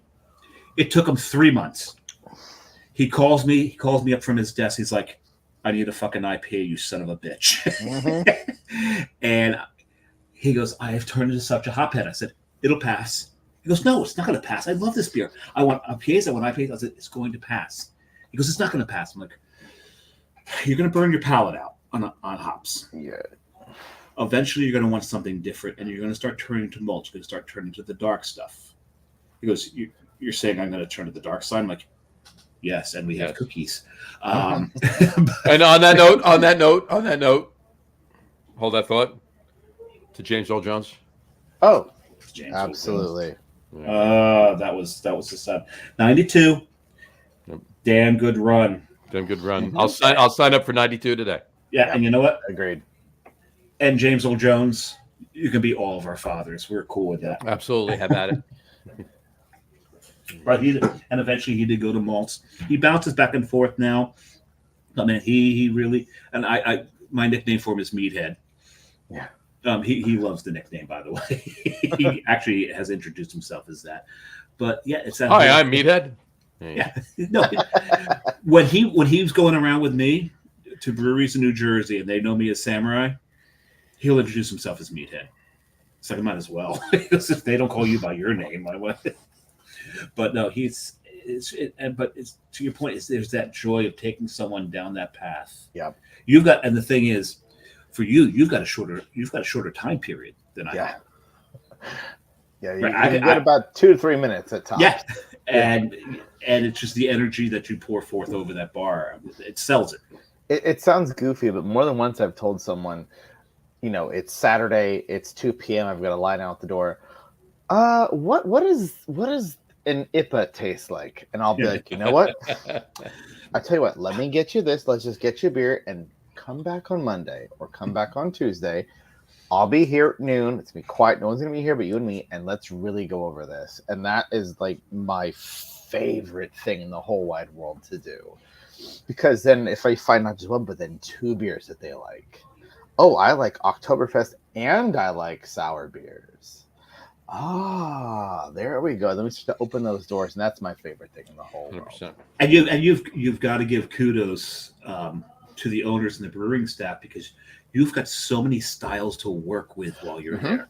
Yeah, we try to put on 1 beer every week or 1 every other week. So we're always bringing some on, taking some off. I mean, we have big sort of format beers that are going to be 90 barrels, and by the way, as far as the brewing community is concerned, I know 90 barrels might be nothing for you. It might be, your whole year's worth of beer, but I mean, it might be 90 barrels for a big format beer, but we'll do anything down to 10 barrels. Whatever we want to do is what we get to play with. So we're always kind of shuffling and trying, and something's always in. I mean, in fact, the beer you're drinking, the Seaside, we did 1 or 2 alpha batches, which we didn't call Seaside. Let's try it here. Let's adjust the hop here. Let's adjust the hop here. So we're always trying to see what people like. How big are those alpha batches? Usually about 30 barrels, maybe a little bit less. That's a test batch. Yeah, that's our small batch. 30 barrel test batch. Yeah, that's amazing. I know. Yeah. So what's interesting here is the picture that I posted up before. We did a full batch of this. I was 20, but that's okay. Fair. That's why we're laughing. Yeah. So sitting here, and that picture that I put up earlier, your beer list is in the background of that picture. There's 20 beers. Yes. On there. Now that's not everything you have on tap. There's a few others. I have 30 taps. You've got 30 taps. So there's a one of the lists is on here. That's more of the experimental stuff. Oh, I wish I hadn't scrolled over. I just saw a football team I don't like, college team for that much. There was a plum sour on. And on top of it and below it are both IPAs, which that's so it's just like when something comes off, you just put something else up. There's no order up there. I love that. Another sour age. Oh, I had this one. The sour ale aged in oak with cherries and vanilla. Was that the cherry sour nova? Yes, it was. Yes. So we do all of our sours in oak. That's one of the things that we really pride ourselves on is for us, I mean, no disrespect to anyone, we kind of feel like kettle sours are a little bit disrespectful and it's a little bit cheating. We do not disagree with you. Okay, so not hurting anyone's feelings. All of our sours, and we're very proud to put it on the side of every can. This is a real sour. It aged for several months in an oak fodder. We have 3 different generations of oak. We have French oak 1, French oak generation 2, then we have American oak 3. And we can put them in the one that we think is going to best fit. So absolutely, we want it to sit for several months, not a few days, not a few weeks, several months in oak foders, and then do it that way. That's a beautiful thing. But the point I was making is there's a vast variety of styles on this list. Absolutely. There's a fest beer, there's a stout, there's a barley wine, there's flow, there's love, there's the Kolsch, boost. Boost, yep. We don't do boost anymore, unfortunately. No. I didn't have that while I was there. Now I'm upset that I didn't have it. I can't read that one. So, but yeah, there was quite a few styles that were on that day. So that was very, very nice. It was a nice warm day that day too. So it was really nice to get the fest beer down. Actually, I think that's the first thing I ordered was the fest beer. Just nice, light, crisp, cool. Oh yeah. Kerry went to Kolsch to begin with. Then I went to the Oktoberfest. Kolsch is one of our best. Absolutely. Oh, such an easy drinking beer. Let's do. What is Kevin's number 3 going to be? I was going to say, do I go German or do I go? Well, where do you go after a Dippa? Yeah, you know what? I'm gonna go gear down. I'm gonna go from 4th gear down to 3rd gear. Climbing a hill, got a downshift, huh? Yeah, that's what I'm thinking. Peter. Oh, this is right. You did go get the bottle opener, so you might as well use it. I got the official Mac tools, probably entirely too expensive off of a tool truck. The bottle opener. That's overkill. I had to finance it, so on and so forth. But I'm going traditional. As we talked about traditional. Oh, that's Paulaner Märzen. Paulaner Märzen is a great beer. There you go. Nothing wrong with that. No. That's kind of the fun part when you get to play with all the new styles and all the new funky hops and yeast varieties and techniques. It's fun to just kind of come back home to good old-fashioned German beer. Mm-hmm. Well, it's interesting because I was in Munich in April. Mm-hmm. Paulaner might be the only one I did not have while I was there. Because I had Schneider, I had Eyinger, Hofbrau, Augustiner, Giesinger, Andecker. It's so many, but it did not have the Paulaner. And it's funny because we found a brewery that was willing to let me do the podcast from there. And the reason being is they were originally from New Jersey. Really? Yeah, so that was really cool. Why, John? Why am I blanking on the name here? Briggs. No. It was hold on. It was We have them on. Well, obviously we have them show because it's a show. But the point is, there's this little craft brewery right in the shadow of the Lowenbrow Brewery. There are maybe like 5 buildings away from it. And what the Lowenbrow, and there's another German brand that's in that same brewery. Why can't I remember the name? Higgins Ale Works. But it was interesting. Is they do a pumpkin ale. They do a few other things where they put adjuncts in it, but they can't call it beer. Yeah, legally in Germany, they have to call it malt liquor. There's about a 37,000 long syllable word for malt liquor in German, and they said it in the show, but their most popular beer actually is their pumpkin ale because it's so different there. But it's just, I don't know if Paul Lanner's with Lowenbrow, someone's with Lowenbrow, but I did see the Paul Lanner Brewery while I was there. It's huge, but they're not by themselves. It's they're with somebody else in that brewery. I forget who it is, but so that was really cool. So how's that drinking for you, Kevin? Is that this year's? Lovely. It's actually last year's. My wife got them on sale. She's ever the bargain hunter. She'll go out and go, yeah, I found these were half off, and who am I to look in a semi-old Oktoberfest Märzen in the face? Yeah, they don't. As long as they're kept well, you can. Yeah, it's been cut down the whole time. Yeah, you can. We moved with it. in the back of a Ram pickup truck. Yeah, exactly. No, Tacoma. It was a Tacoma. It's a Tacoma. Tacoma. That's right. Oh no, that's right. The farmer came with the Ram pickup truck. Yes, that's where the Ram came into this. Got our beer pickups mixed up. Mm-hmm. Yeah. There's nothing wrong with a pickup bed full of beer. I got to serve beer on board the USS Hornet a few weeks ago, which was pretty fun. And the thing is, if you're walking to their brewery and you're walking east, if you look to the right, there's this very large gray structure. Yeah, that is the Hornet. The USS Hornet, CV-12. We're very proud of it. Stationed in Alameda, California. But yeah, it's a aircraft carrier. Yes. It's one that picked up the Apollo astronauts, and yeah, I guess they have parties, they have raves on board the aircraft carrier, and they said, we're doing this technology week.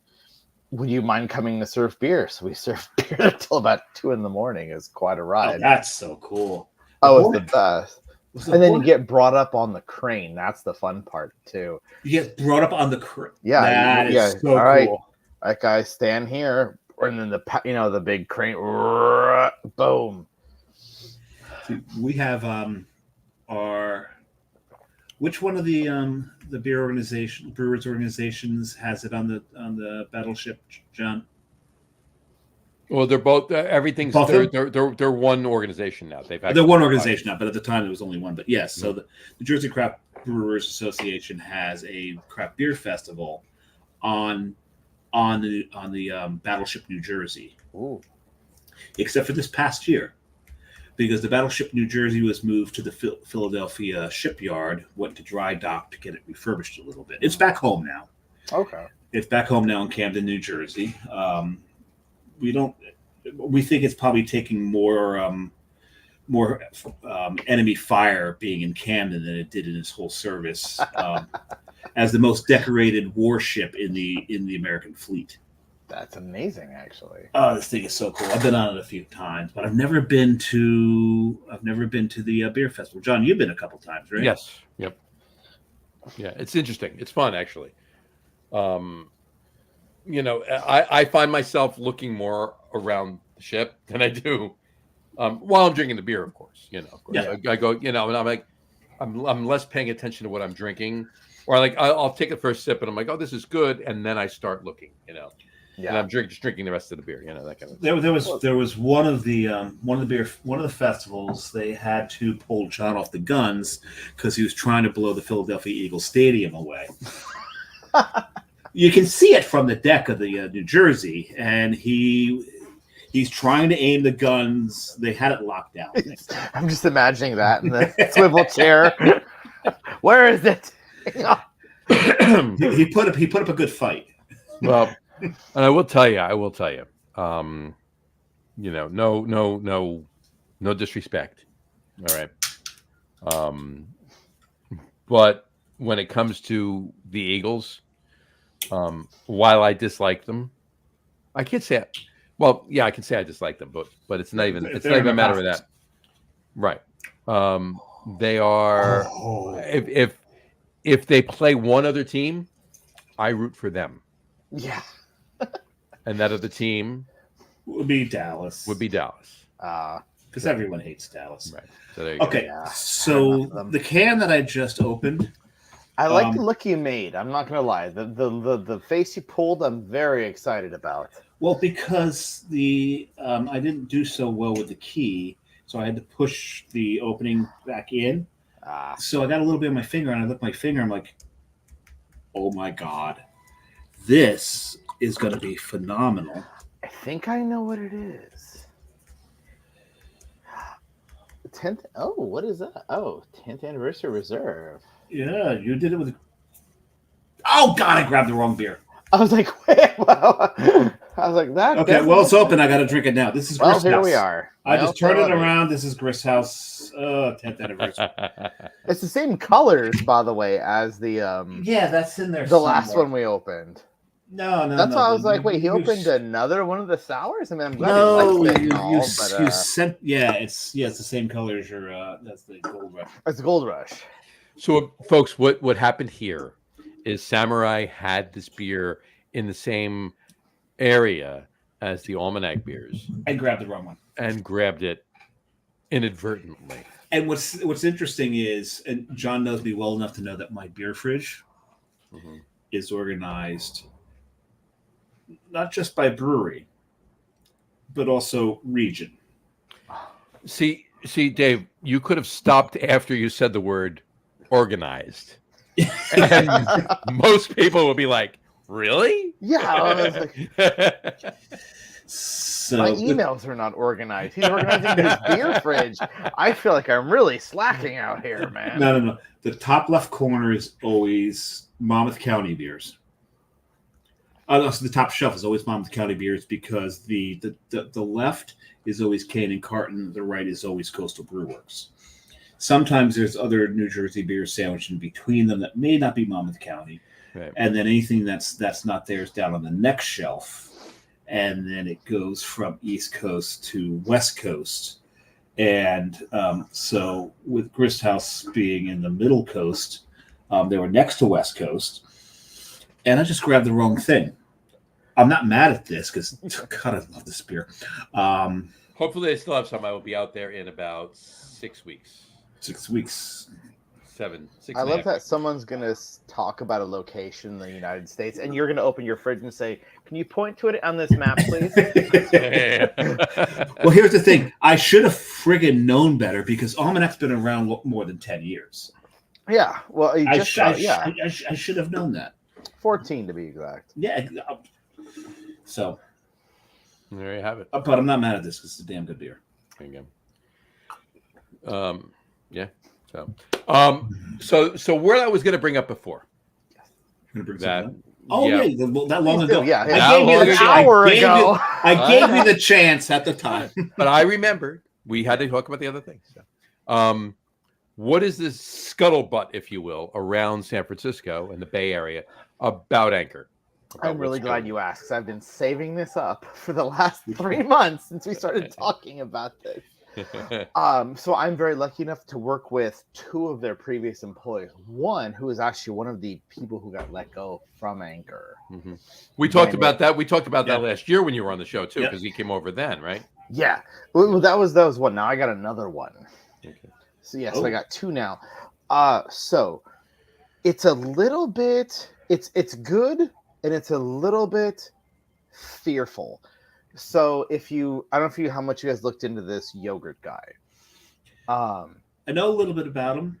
Yeah. So I guess he's a San Francisco native. It sounds good on the surface. So, well, here, let me explain here.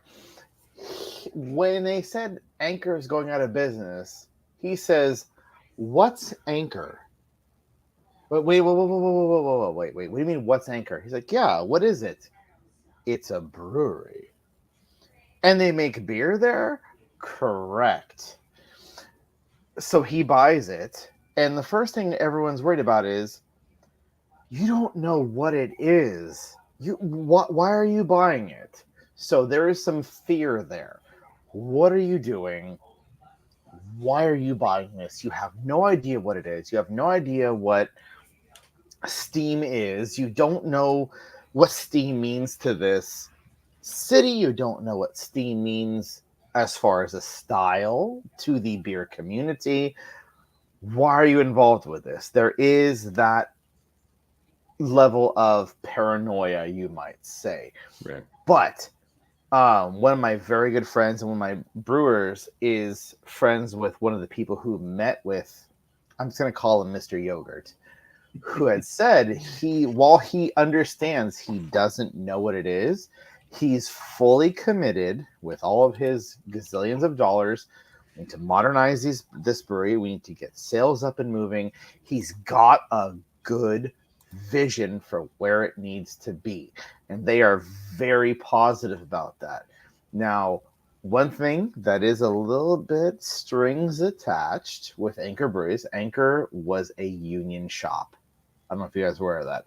No. Anchor was one of the very first, I don't want to say first, I don't know my history that well. It was one of the, at least in our area,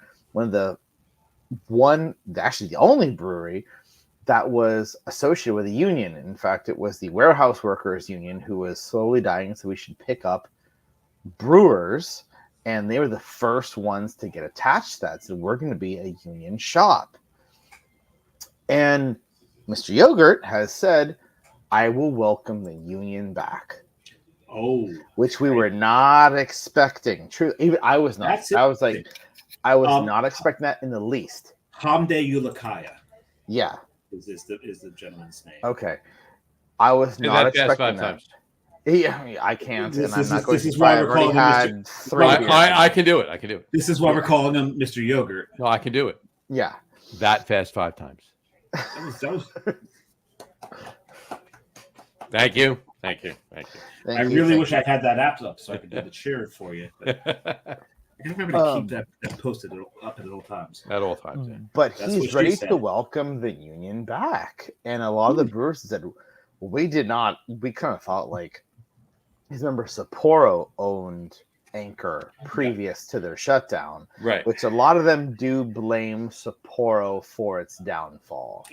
Everyone does, actually. They were hoping because, Anchor is very, very near and dear to my heart. Sapporo didn't care about Anchor. Sapporo cared about Sapporo. Anchor's, it's our favorite uncle, who, I was born in San Francisco. Anchor's from San Francisco. I watched my dad go and get a 12-pack of Anchor once a week at the grocery store. That it's part of who we are as people in the Bay Area. Yeah. So for him to say, yes, we're going to bring it all back. I'm sorry, I got off track there. Sapporo's original intention was, hey, Sapporo, we kind of need to update this facility. Fritz Maytag brought it from a 50s facility up into an 80s facility, and we appreciate that. But it's beaten down, it's old, it's broken. We can't function correctly. We can do things a lot better with new equipment. And Sapporo said, I'm not going to use the middle finger here, but like, go F yourself, pal. You're just going to make us money. And they'd really ran it into a hole. So they were very worried about that with the Yogurt gentleman. But he said, no, I'm fully committed to getting you new equipment, getting the union back, doing this the right way, and getting things back to the way that they're supposed to be. So there is definitely an optimism in the air. Good. But we'll wait to see what it looks like. And again, not to be Mr. Pessimistic, we've all seen people come in with big money and big dreams and big ideas. And then when you get the actual price tag, I mean, I was with the last brewer I was with. I helped. I was there on the first day when they built it out. I used to work for 21st Amendment, and trust me, the price tag of what you think it is and what it actually is are two different things. So there is still I'm aware. Yeah, you're aware. We always used to say that everything's either $50 or 50,000. There's no in between. It's either a couple knickknacks here, or it's a full on, call a construction crew to bring it in. Right. So there is some pessimism, and they're a little nervous about when he gets his paycheck. Is he going to balk at it, or are we going to be okay? And I will tell you, at least as a guy in the space, I was in that neighborhood yesterday. We're all ready for it to open. I mean, all of us. Are they working it? Are they? I mean, are things going on there? Not yet. Not that I'm aware of. That's the truth. I am not aware of it. I don't see anything yet. But we're all sort of, at least as far as Bay Area beer drinkers, we've all got a $20 bill in our hand going, let me know when you're open. Yeah. Because not only do you have the brewery, but then you have their tap room next door, which was, by the way, the most brilliant thing they ever did. They should have done it 50 years ago. And we're all ready for it to open. We just need them to do it. We've heard a lot of talk. We've seen a lot of plans. We've heard all about zoning and construction and equipment and unions and staff. And that's another thing, actually. He is committed to bringing back the old staff, which we were not expecting as well. That's a fact right there. In fact, one of my brewers is saying, if they offer me the job back, I'm leaving tomorrow. I'm sorry. We were in things. It was one of those situations where it was very near and dear to everyone's hearts. Of course. It's very much a family situation. So if we can go back, you say the word and I'll put in my 2 weeks notice. So there's a lot of optimism. There is some pessimism. That's the God's honest truth, but we're all ready to see what's actually going to happen. Nice. A lot of things to say about that. First of all, and I apologize to the craft beer world because there's been a couple of times where I have traveled, booked a tour of a place, and before the trip happened, they shut down. Anchor was one of those. So when I went to Germany and booked a tour at Weihenstephaner, and John was one of them, said, if Weihenstephaner shuts down, we're sacrificing you to some sort of beer god. You're done. You're not coming back. It's been 500 years. Yeah. 500,000 in 16 years. They're 1,000 years old. Really? Oh, God. Weihenstephaner is older than England. Yes.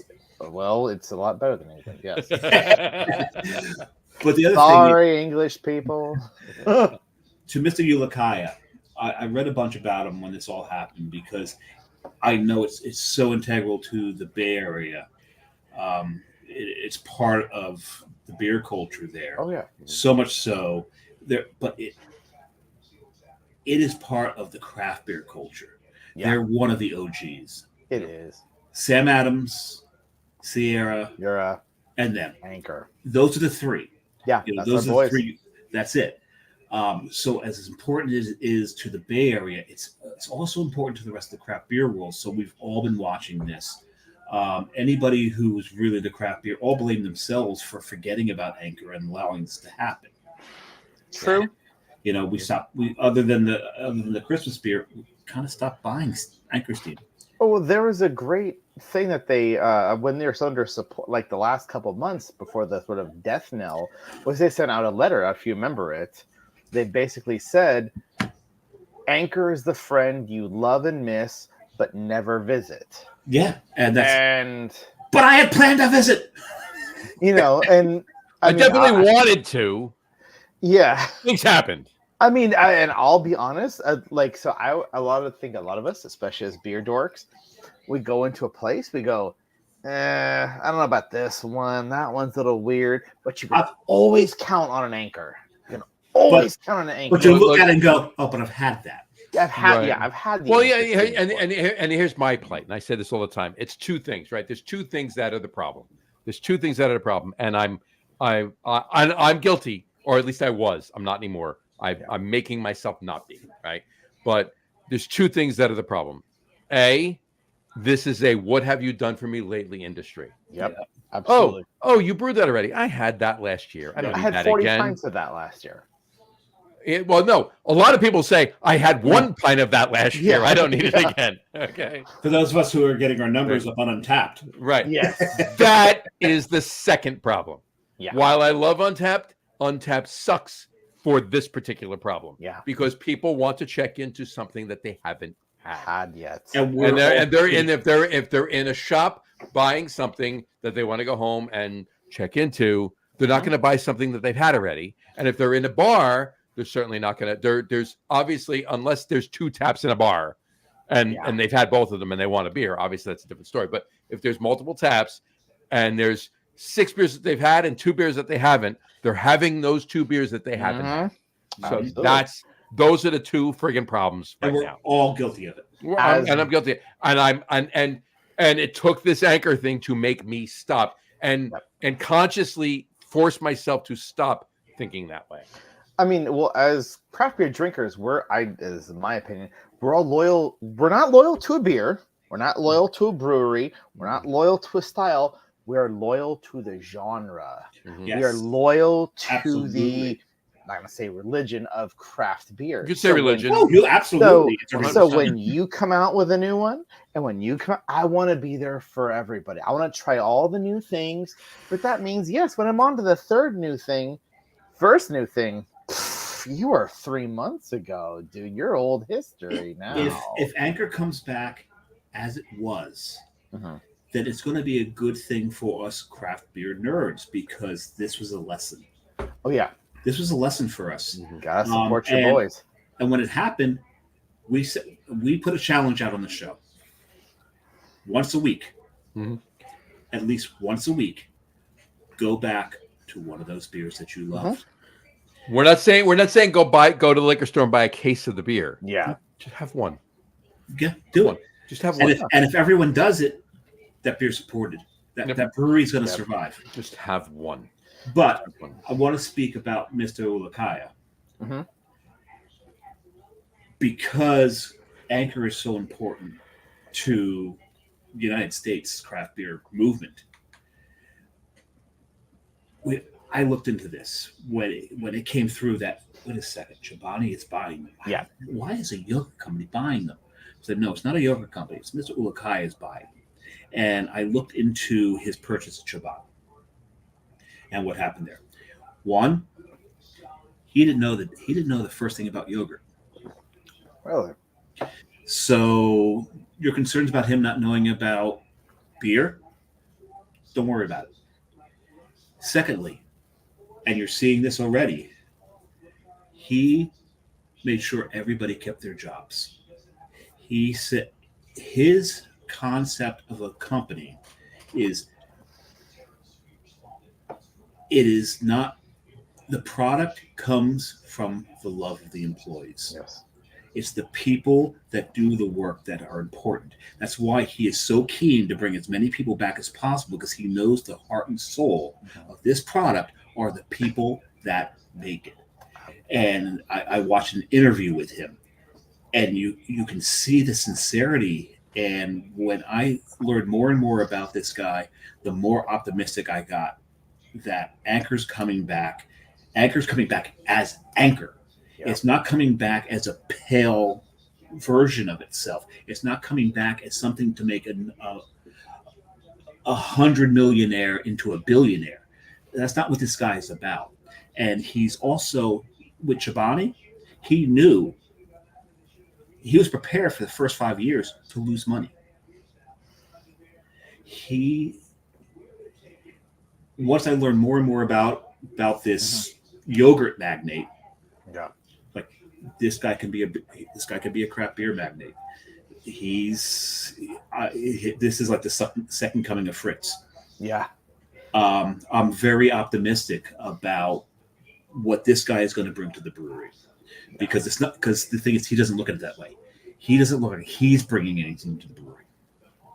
That the brewery already is, and it's the people, and he counts on the people, and that's the important thing. He sees this, he understands this. This is how he is able turned Chobani into a name that we all know that damn name, Yeah. right? It was failing. It was gone. And he turned it into one of the biggest yogurt companies in the country. Yep. So I understand the pessimism because we've seen it in the past. But what this guy's about, I think his mindset's in the right place to bring Anchor back. And, we're hoping in the next 5 years, hopefully 3, maybe less, that we see Anchor Christmas back in New Jersey. If I get my hands on some, I'll send you some. Oh my God. Because I've got, sitting right here, I have got a cooler. There's nothing cool chilling in it. But wrapped in newspaper are a whole bunch of these. Oh, a man after my own heart. I've got them sitting there. One of these days I forget, John, I've told you many times, it goes back to, I forgot how far this goes back, but it goes back a little bit. I think you're back to 2014. I think I'm back to 2014 on it. That's also kind of the fun part is my wife, who's the wine person, she collected them every single year since I think say for 8 years back. I'm like, I bought beer, I drank beer. She's like, no, but that makes all labeled up. But that makes so much sense. You know why? Because they're different every year. They're vintages. Yeah. Mm-hmm. Oh yeah, and we collect them. We've got them all set up. The terroir changes every year. Yeah, she's got. I have the living room.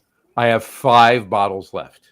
I have a 29. I have one 12-ounce bottle of 2019, one 12-ounce bottle of 2020, one 12-ounce bottle of 2021, one 12-ounce bottle of the last one, 2022. Yep. And I have a Magnum of 2016. Wow. Yeah. That's all I have left. That's it.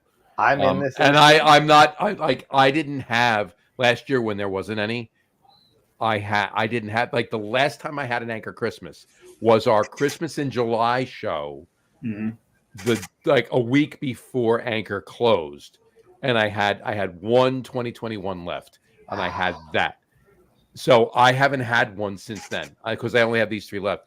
I'm not going to have these until I can have the new one. Yeah. Then I will have these. I've got 1 can of Anchor Steam left in the fridge. Yeah. Until they start sending it out again, I won't drink. Can or bottle? Can. 1 can left. Okay. Because I actually have 1 porter and 1 steam bottle each left. I drank my last porter on the show, I believe. You did. So I've got this. This is their crisp pilsner. Yep, I've had my last. We had it on the show. Yeah. And when the trip went out there where I met you, Kevin. Mm-hmm. Before we came out there to Alameda. Alameda, yeah. Yeah, Alameda. We were staying down near the docks. I'm a big Star Wars geek, right? So you've got Lucasfilms. Mm-hmm. It's in San Francisco. Huh. Not a lot of people know that. And I wanted to see the Yoda fountain. I wanted to see the lobby. So I walked from where we were through the Marina District. And I'm going through the main drag of the Marina District. And there's a placard out outside this one bar. And it says, Anchor Steam on tap. Anchor Steam has since closed. Yes. And I'm like, Star Wars is going to wait. I'm walking in. So I drink the beer. I send the picture. I put it up on, the beer drinking nerd group that John and I belong to, and post it up there. And finally, one of the bright fellows in our group finally said, "You're 3 hours behind us. It's 1 p.m. here. You're drinking an Anchor Steam at 10 in the morning in a bar." I'm like, I love this fucking city. I know what I'm here for, man. That was the Chris Pilsner that you pulled up? Yes. All right. I just pulled up last year's show notes when you were on the show last December. Uh-huh. That was the first beer Dave had on the show last Yep, it was. Really? Yeah. Wow. Wow, this wavelength we're all on. Yes, yeah. It's a common love for anybody who knows anything about craft beer in this country. I mean, we were so proud of Anchor, and then when it went under the way it did, and suddenly, and so unceremoniously, it was ridiculous. Yeah, I remember. I'm lucky enough to be friends with one of their I don't know what you call it. I guess like the head union guy. I can't think of the name. I'm sure someone else. Shop steward. Shop steward of Anchor, and he's like, you know what, man? I don't know, man. We're gonna take a vote tonight. We're gonna see what happens. And then 6 in the morning, the next day, it was Anchor's voting or Anchor's closing. Yeah. And what happened? He's like, man, it was just all out of our hands. It was just over. Sapporo chose to end the game. What happened is Sapporo was looking to use American breweries to brew their beer and distribute it. So they didn't have to ship it over from Japan anymore. And Anchor did not have the capacity that they did, and they weren't. So and they bought and they got in bed with Stone, and Stone has the capacity Anchor anymore. And that was I mean, I don't know how anyone. I mean, I'm gonna vent for 2 seconds. Oh, I've been to Anchor. I've been to every single corner of that brewery. Anyone, I'm gonna block my mic. Anyone who'd been in there knows there's no more room for anything other than Anchor. And the thing is, and where I used to work at 21st Amendment, I'm familiar with that strategy. We had a buy-in from Kieran at that point. So I know what they're thinking. I know how they're doing. But why they picked Anchor? Someone didn't do their homework. Exactly. Buy a place in the valley, put in 15,500 barrel fermenters, have a great time. Have a lovely time. Leave our history alone. Never, ever. That place is snug as shit to begin with. You've ever been there? You walk to the cellar like this, you're gonna go in between all the tanks, and it's tight and it's snug. That was never the place to do that for. I really honestly think this was just revenge for Hiroshima. It might be, absolutely. As you took down a good chunk, a massive chunk of our history. Yeah, here's our revenge on the West Coast. That's what I think of you. Yeah, it was awful. I'm hopeful. I'm hopeful from everything that I've seen. The optimist in me, I gotta be hopeful. I gotta hope that it actually, works out. We are too. We're very excited that it's. I mean, like I said, you've got a lot of the older, more tenured employees who are saying, "Say the word." Mm-hmm. Just say the word. Say the word. The union's ready. We'll welcome you back, and we have everything ready to go. The building's still where it stood. It hasn't been occupied by anyone else. Mm-hmm. Yes, the building needs to be updated, which he has agreed to do so, because that was one of the arguments by the older workers was that, like, hey man, this place is falling apart. Needs updating. It needs a serious update. He'll throw money into it. Yeah, and that's kind of the fun part, is that we know he's a billionaire. He's said he's going to do it. He just has to do it. And we're ready. Here's how you know that he's going to do what he needs to do, because when they decided to put Anchor up for auction, they did it in pieces. Yeah. The brand was one piece. The building was another piece. The equipment was another piece. All these pieces. And it really looked like different pieces were going to go elsewhere. Yeah. Out of nowhere, he comes in, says, stop everything. Here's a big fat paycheck. I'm taking all of it. Yeah. Mm-hmm. All of it. That to me right there, that was huge. That he bought everything, the real estate, the building, the equipment, the brand, the recipes, everything. Yeah. I want it all. Yeah. And to me, that tells me there's an understanding from him of what a business is. Yeah. And what he's done in the past, yes, you started off talking about when he first asked, well, what is it? It's a brew. Yeah. That's the initial stages. Once he got that first question down, I guarantee you he went into depth about everything that thing was about. And I think I have to feel and think that he understands what the place is now. The fact that he's calling them all back. Yeah. That's huge. So you're going to lose some employees, Kevin. I mean, and you know what? We're kind of okay with that. Like we've all told Mark, hey, when you go, let us, call us. Get us a first. tour. Get us a tour. Call us first. Let us know when the first opening day is. We're just gonna close at 5 p.m. the day, and we're all gonna be there for you. Yeah, 100%. It's 100%. It's an icon. It's an icon. Oh, and it really did. It really, without being dramatic, it really did hurt when they closed. We all heard that in the morning, it was like your favorite uncle just chose to close up and die. You're like, but you've always been there with me. You were my dad's beer. You were my first beer I had when I was 21 at like a good bar. You were the thing I brought to college parties. Nope, we're done with it. It's over now. So it's very, very hurtful. And I understand that pain was probably most poignant in the Bay Area. Yeah. That pain resonated across the country. Oh, it was a moment of silence at breweries in California. If you, maybe one day if I get the chance, I'll scroll back through our Beer Geek group as to when that happened, and you can see the pain in our messages to each other. Oh, it's horrible. It's horrible. Oh, yeah. We were distraught. It was like, how could this happen? And it just finally came down like, it was us. Yeah. We were the reason. And like I said, when they we as a collective, memo, all of us. Yeah, when they wrote that memo, hey, we're your good friend that you forgot about. It really kind of like, oh yeah, it was us. I was drinking the, hazy IPA with unicorn hoof, so on and so forth. Exactly. Oh, it's kind of me who forgot about you. Yep. Right. Lesson learned. Yep. And we won't let this happen. Cautionary tale, and we fix this problem. Yep. Exactly. So go out, buy some Founders, get some Great Divide.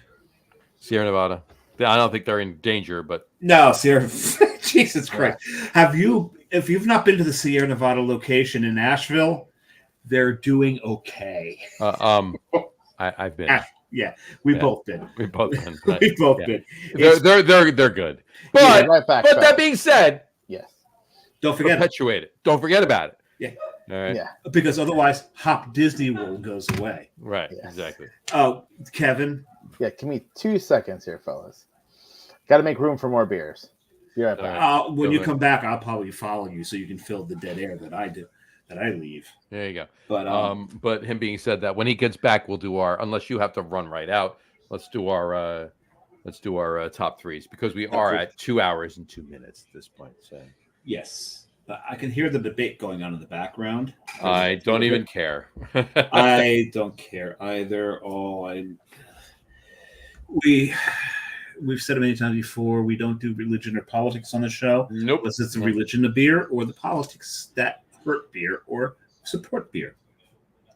Foreshadowing something that's going to happen in a couple of minutes. Oh, was that foreshadowing? Ish. A few minutes. It depends. It depends if Kevin's turning into Tom Hanks in League of Their Own, which it's funny because of that scene in League of Their Own.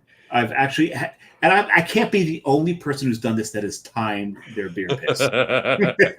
Has pulled the clock out on their phone and timed it. And I've actually timed the one in, Tom Hanks in there, including the post-shake leak.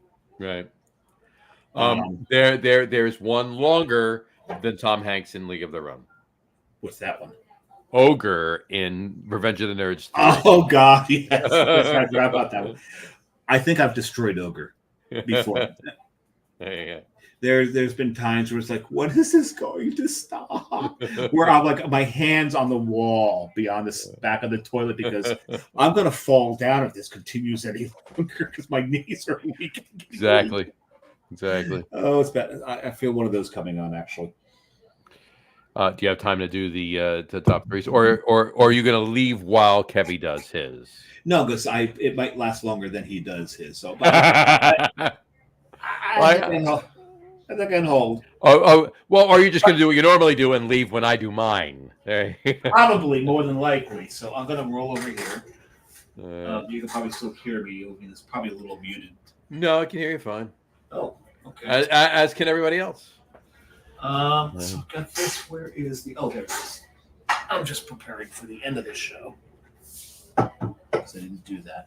Actually, you know what? Well, Kevin's still going. I'm gonna. Is it okay if I leave you alone? You want me to vamp? Are you that bad? Getting there, but yeah. Go, just go. Kevin will be back real soon. I've been known to do it by myself. It's fine. Just go. There you go. That's what she said. Or I could just, well, this is true. Or I could just sit here and not say anything and have dead air for a while. You just timed it perfectly because Dave just left, and he's like, "Can you hold the fort down by yourself?" Of course I can. I heard dead air. I'm like, no. He left. I said dead air as soon as he walked away, and there you go. Right there. No, the DJ inside my mind from 9 years ago, as a young man in his 20s, will not let that happen. All right, that's and myself, and I still do that. I still get the DJ out occasionally when, for a buddy of mine that has a trivia company, he'll occasionally have a special night that he doesn't have one of his normal hosts in a different area of the state, and he was like, "Hey John, can you host this night for me?" Sure, I'll go down. I'm a ham on the mic, so then I pull out my old all right, everybody, coming up on the Ladies and gentlemen, 1017 KKIQ, cause of today's top yesterday and hits, blah blah blah blah blah. Exactly. Here's Rod Stewart and Kelly Clarkson, 1017 KKIQ.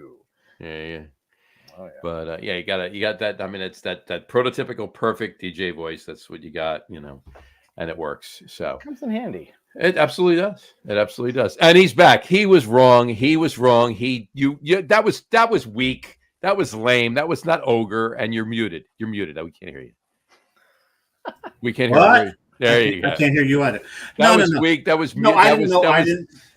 Oh no. There has been. That was not ogre level. That was not Tom Hanks in League of Their Own level. That was just okay. So I'm going to call you at 8:30 in the morning when I get up and take the ogre week. I'm good. You don't need to. Actually, okay. I'll go Facebook Live on that one. How about that? Please don't. I think I speak for everybody When I say. There you go. And when I say everybody, I mean everybody. When I say please don't. Kevin just opened his fourth because he now has room. Yeah, exactly. He made room. There you go. And he's having the Chris Pilsner. Absolutely. We support your choice here, Kevin. 100%. All right. All right. So I think it's time that we do our top three. How'd you do with it, Kevin?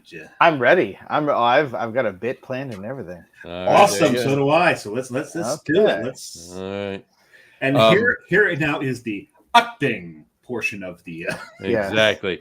So tonight's top three list is top three campaign promises we'd make while running for president of craft beer. There you go. Considering the presidential debate is half an hour in, who cares? This is more important because we just said it. Well, Kevin, you didn't hear it while you're peeing. We don't talk about religion or politics on the show unless it's religion or beer, or how politics influence beer, or the politics of beer.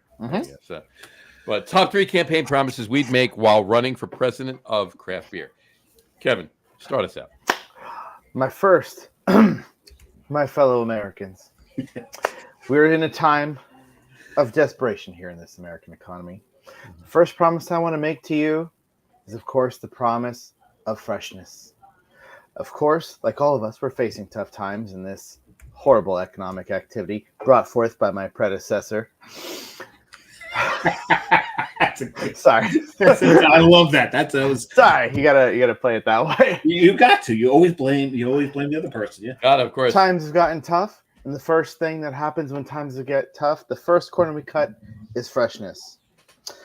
As your president, the committee I'm going to establish is going to be called FAC, the Freshness and Alcohol Committee. It's going to be part of the DOJ, the ATF, the ABC, and the NBA. We're going to make sure we're going to make beer fresh again. Beer fresh again. Shall I go to number 2? Oh, yeah. I already can't follow this. This is no, it's okay. We've seen what my predecessor has done with their soft on crime policies. Everything's okay. Nothing's not allowed. That's why I'm here to help. We're going to bring back helpful service in the craft beer industry. We're going to build a wall, and all the rude bartenders, we're going to throw them on the other side of that wall. On the other side of that wall is going to be a prison. They're going to be forced for many years to serve smoothie beers and alcoholic slushy, the natural enemy of the rude bartender. We are not descended in this country of rude bartenders. No, we're not. Finally, my third and final promise as your beer president. We have to reduce beerflation. It's everywhere. I don't know how to get rid of it, but we have to get rid of it. I walked in a place today. It's a $9 lager. Why do you mean a lager is $9? This is ridiculous. We can't have this anymore. My neighborhood beer that now said they have a $14 IPA. This is ridiculous. We got to get rid of this. So we got to stop beerflation. We have to make beer affordable for blue collar workers so they can prosper in America. No more outsourcing of beer. Thank you. There you go. That was amazing. There you go. I don't know. Thank you. I don't even think Dave and I need to even bother. You got my vote. We're good. Yeah. we know who the next president's going to be. But Sorry, I practiced my hand accordions this afternoon after you told me. your hands are too big to do it, though. Yeah. The old exciting Italian hands got in the way. It worked to my favor. So I'll put the glasses on to make myself look more intelligent. I'll keep them off to make myself look less intelligent. So we've heard from the other side. We have. That guy again. Him, yes. But there's so many things now in the craft beer world that just seem unfair and inconsistent. And this inconsistency, this is what we're going to address. There are some places of excess. There are some places of want and need. We need to close that gap. Those with excess need to give up how many TVs they have in their brewery to those who are not allowed to have them. We need parity of the amount of TVs in a brewery. The haves and the have-nots, we need to close that gap. No TV limits. No TV limits. Read my lips. No TV limits. Secondly, corruption. The other parties, so corrupt. They're the worst. They're absolutely the worst. They will let you think that where you are buying your beer have made the decisions on what beers they carry. You have been lied to. Some of these taps have been bought. They have been bought, and this is back to the payola. Even though it's illegal and monitored, yeah, right. Keep going. It still happens. So any place you go, you see that neon in the window. That neon bought a tap. I will put the power back into the hands of the bar owners as to what they put on tap. That has not been paid for. That they have not been railroaded into dedicating these taps to big beer. Big beer is the enemy of us all. Mm-hmm. And I will remove that corruption that takes over the taps in your favorite bars, the places you like to drink. That bar just down the road from you, the place where your father, your grandfather drank. No more. Decision back into the bar owner's hands as to what they carry. No more pay to play. And what I will do now is I will announce right here, right now, a war on lactose. Mm-hmm. There needs to be controls on lactose. Lactose will be monitored. We will create a new department the Department of Lactose Control. DOC. No brewery will be allowed more than 1 truckload of lactose a year. Unlike those breweries we've seen tankers pull up week after week to make their beers sweeter, thicker, but it's fake. It's a lie. This is absolutely a lie to all of you. Lactose needs to be controlled. It is. People are hooked on this. This is a problem. People keep coming back for it. They keep coming back for it. They keep coming back. It gets laced into everything. Mm-hmm. You think you're drinking a nice light coffee beer. There's lactose in it. You think, oh, I like this nice sour. It's got a nice body to it. They've put lactose in it. We need labels. We need some sort of control that this beer contains lactose. And that will bring us back to the purity that craft beer should be. That is my promise to you. Amen. Amen. Very nice. Very nice. Very nice. All right. The senator from New Jersey, you have the floor. Hey, my fellow craft beer drinkers. Wait a second. That's in Living Color. Is it? Oh, I just made it. No, up. there was a song. What was that? Cult of Personality that came. The senator from California has the floor. Oh, that's a Green Day too. Yeah. Was it Green Day? Or was it Green Day? Yeah. Green it was Day, Green Day. I got it wrong. You're the end of Cult of Personality was it was the speech. The only thing we have to fear is fear itself. Fear itself. Right. Yes, you're right. Yeah. So, okay. So mine. All right. I will.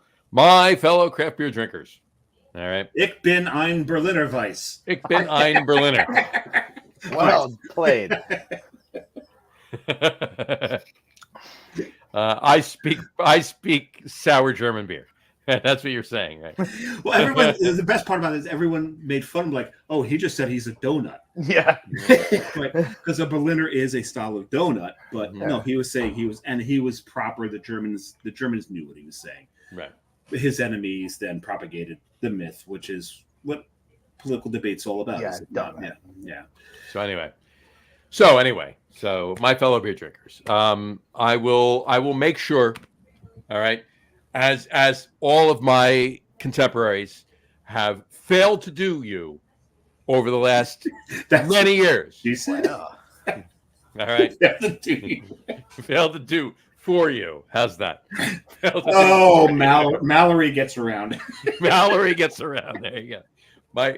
As all of my contemporaries have failed to do for you. Ah, there it is. There you go. I will make sure, first and foremost, that you will have, and this is very important, near and dear to me.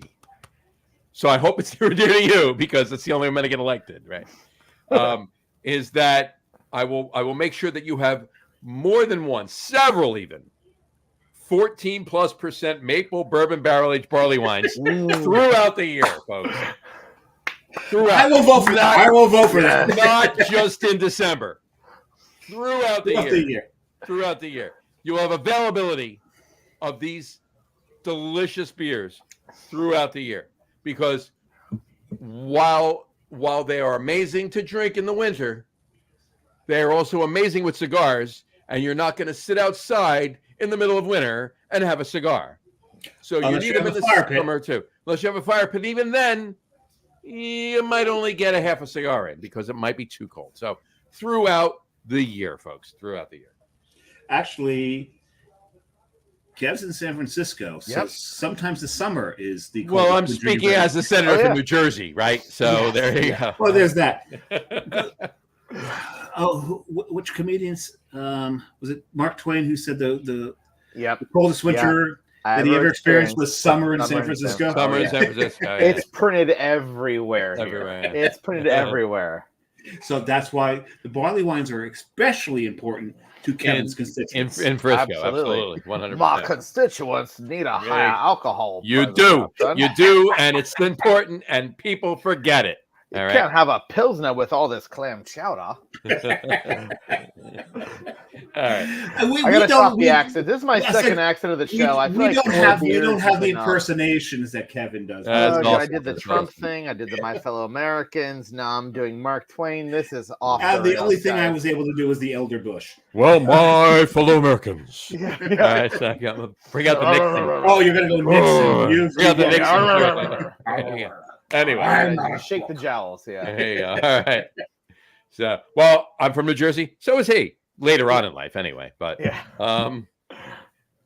anyway. All right. Number 2. God, I just finished that stout. My second promise. Yes. Okay.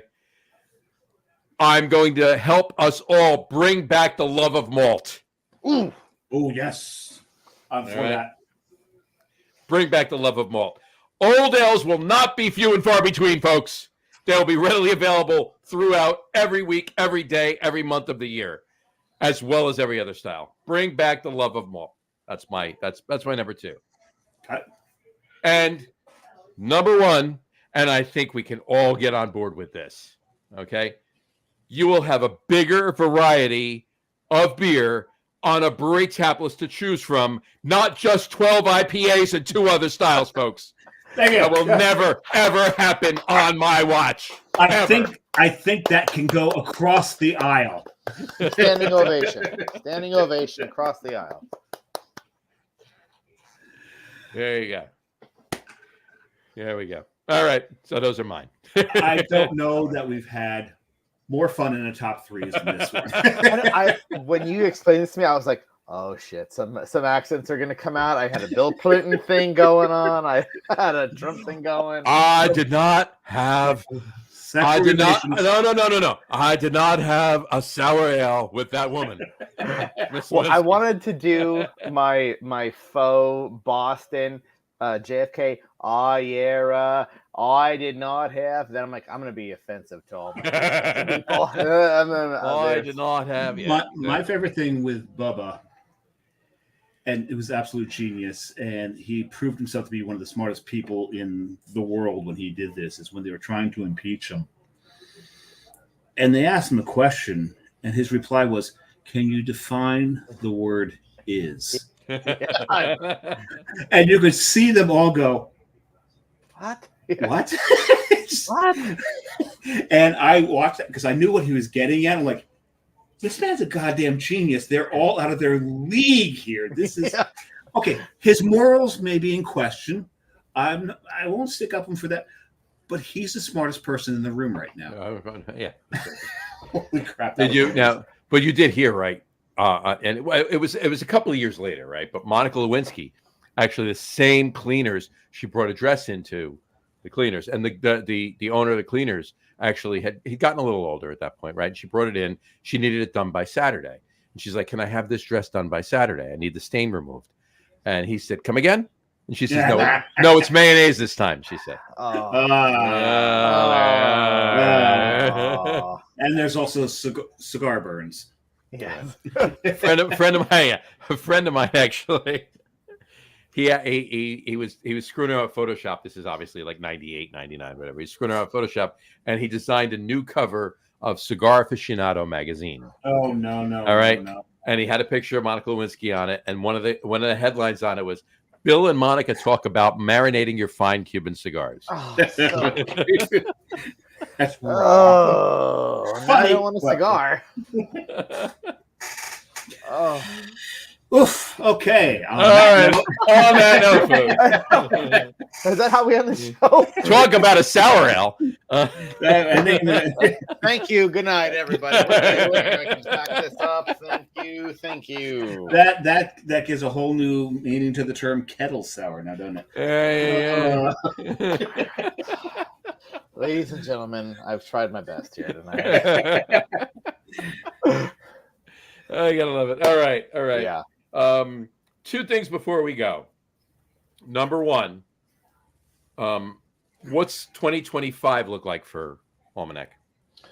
Honestly, a little bit of the same. We want to check out our new space, see how we vibe with it. One thing we really like to do is we like to fill out the community around us.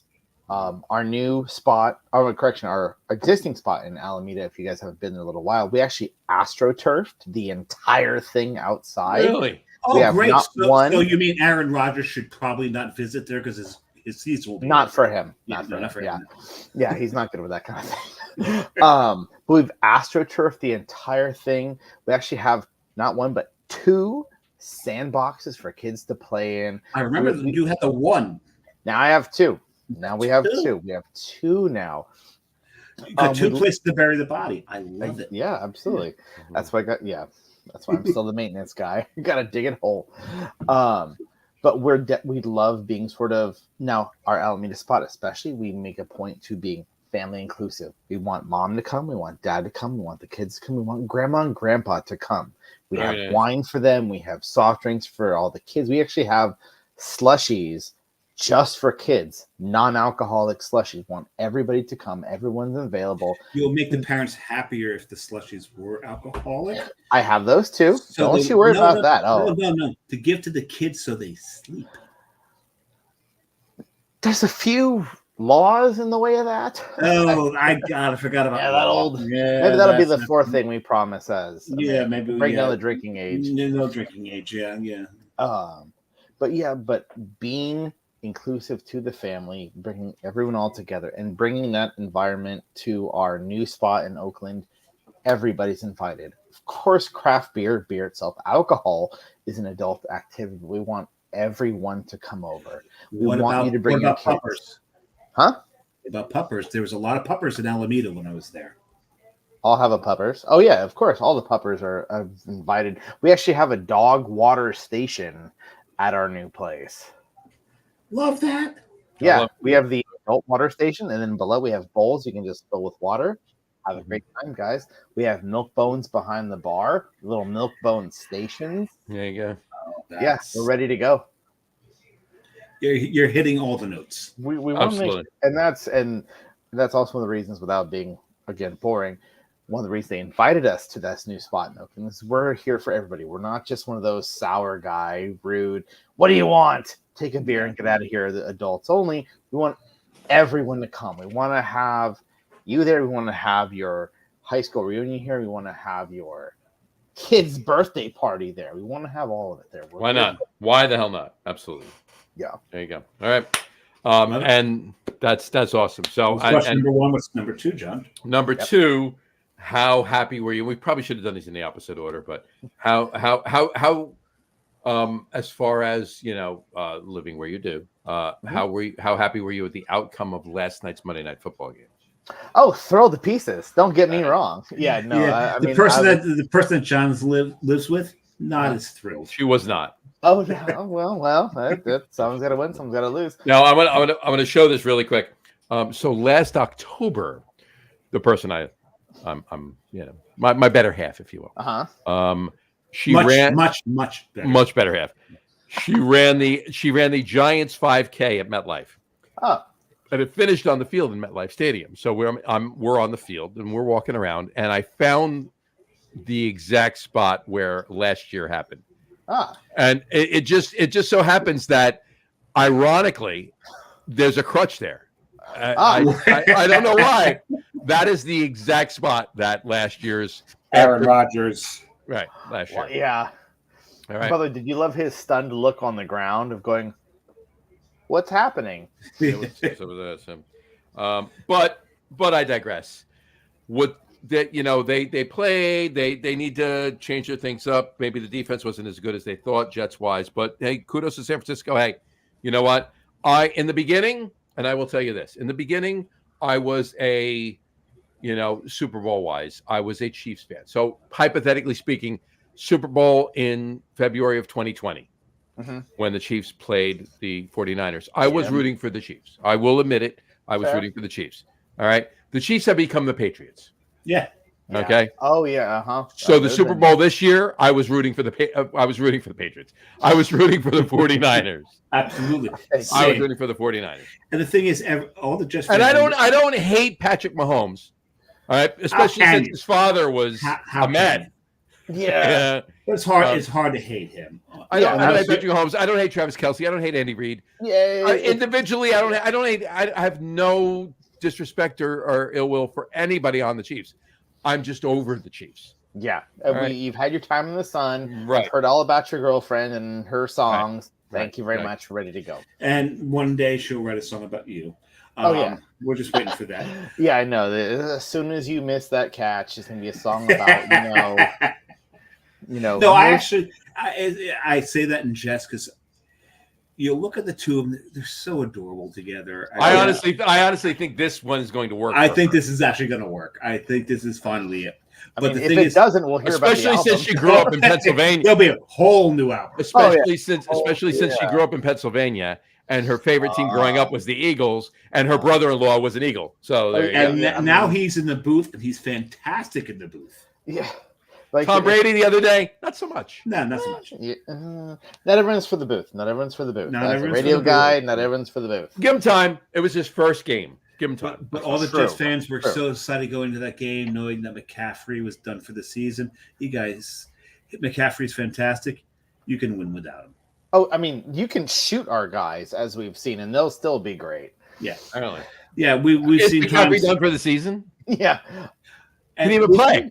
Yeah. Well, let's face it. There are some teams out there that can So shoot I need a to guy know up. because I need to plan accordingly because I have him in 2 of my 6 fantasy football leagues. And let's face it, there are I'd some bet on teams. it, honestly. There's some teams in the league that could probably shoot somebody on the field, and they'll penalize the other team for getting in the way of the bullet. Yeah. Mhm. 100%. Thank you. And one of them is the Chiefs. Yes. Yes, well, because the Chiefs, like you said, they're the new Patriots. The new Patriots. If you looked at Brady wrong, flag went. And I want to make the joke. If anyone's going to shoot someone on the field, it's going to be a Raiders person. Sorry. Not Hey, that. in Las Vegas. It's fine. They're in Vegas now. It's accurate. But the thing about the Raiders is every time you had a team that had a player that was talented, but with just too much of a handful in it for any other team, they wound up on the Raiders. Yep. Every time. Oh, yeah. Randy Moss, Um, right, was. I'm shocked Odell Beckham didn't make his way over to Las Vegas. That's true too. But we won a Super Bowl with Hostetler. Then he turned into such an asshat, and then the Raiders said, "We'll pick him up. He's such an ass." he spent a year or two in Washington in between, but still. Yeah. But I digress. My Giants the other day, and I say that Not wanting to take not full wanting ownership. to take full ownership of my Giants, right? All right. If I were Brian Dable or Joe Shane or John Mara for that matter, Daniel Jones would never play another snap for the Giants, and I would put in Drew NFL. Lock. I would put in Drew Lock for one game, just to see if there was any improvement. Great. If not, Tommy Collins the rest of the season. Tommy Collins the rest of the season. But last Friday night, I was at FanFest. Oh. At MetLife. Why? And because it was actually fun as opposed to the game on Sunday. Oh, okay. All right. Oh, there was still hope. Right. And they had many of the top 100 Giants. Obviously, Lawrence Taylor was there as well. And by the way, that was another thing. I don't know how you feel about it, Kevin, but they said number one or the best defensive player ever in the NFL. Of course, everybody's saying Lawrence Taylor. Of course, I would as well. But there were a couple of people that are writing in that cokehead. Screw him. Reggie White was the best. Was the number one. I have full respect. I love comes to mind. Yeah, right. And I love Reggie White and I love Ronnie Lott. But I think both of them would tell you that Lawrence Taylor was the best. Yeah. Kevin, you appreciate this. Where I used to work, same company, just different location. We would have a team spirit day where you'd wear the jersey from your team. Mm-hmm. Oh yeah. So one of our HR guys grew up in San Francisco. Mm-hmm. Mm-hmm. Oh. I show up wearing my Mark Bavaro jersey. He shows up wearing his Ronnie Lott jersey. Mm-hmm. Did he get on your back and you carried him? He looks at me, he goes, "Bavaro, really?" Yeah. This means you need to carry me around the rest of the day. Yeah. Do you know the play? No. There was a play where the Giants playing the 49ers, and kudos to him that he remembers this and honors it even, where Mark Bavaro gets the ball. It starts off as like an 8-yard pass. It turns into like a 43-yard gain as Mark Bavaro dragged the 49ers offense a good chunk of the field. Part of that, Ronnie Lott is draped around his neck at the time. That one. That one. He's wearing Ronnie like a cape. I missed that about that Yeah. part of that time. It's just like a tractor going down. Yeah. Oh, yeah. He just kept those legs going, but I had to give him credit that he remembered. There it is. Yeah, Right there. There's Ronnie. There's Ronnie. I remember, so much fun. But to his credit, the guy I work with is like, oh, so you got to carry me around the rest of the day because he remembered the play. And that's why I wear the Bavaro jersey anywhere I'll go, because Bavaro is one of those players that nobody hates. Yeah, exactly. You know, every team has that one player that nobody hates except for the Cowboys, and everyone hates every Cow. Actually, there's Cowboys I don't hate. There's Cowboys. It's weird too. Like I said before, I love Emmitt Smith. My most hated team is the Cowboys. When players were playing for the Cowboys, I hated them. Yeah. Once they retired, no, I like them. Yeah. I love Emmitt Smith. Roger Staubach back in the day. Even Troy Aikman to a point. I mean, I actually feel bad for Troy Aikman because he has to deal every Monday night with Joe Buck's head up his ass. So I mean that's got to be an issue for him. So, but then also Kevin didn't hear me. I got to say it again. Oh, sorry, my wife actually was nice enough to bring me a beer. Oh, that's very nice. Yeah. I just said best part of being a newlywed. There you go. Oh, what do you got there? What do you have there? What is it? I don't know. Let's see what she brought me. It's in a, by the way, also lovely Marin Brewing Company, no longer with us. No, they're not. My brother was a fan of Marin Brewing. Good. It's definitely something lagery, whatever she brought me. Lagery. I like that. I'm going to, you should name a beer that. Lagery. Lagery. I like that. LAGER-E. Y. Y-hyphen-EY. Yeah. You're both Lagery. right. You're both right. So anyway, no, I was just what did I even say before? Sorry. So we're talking about the Cowboys and how you like it. Oh yeah.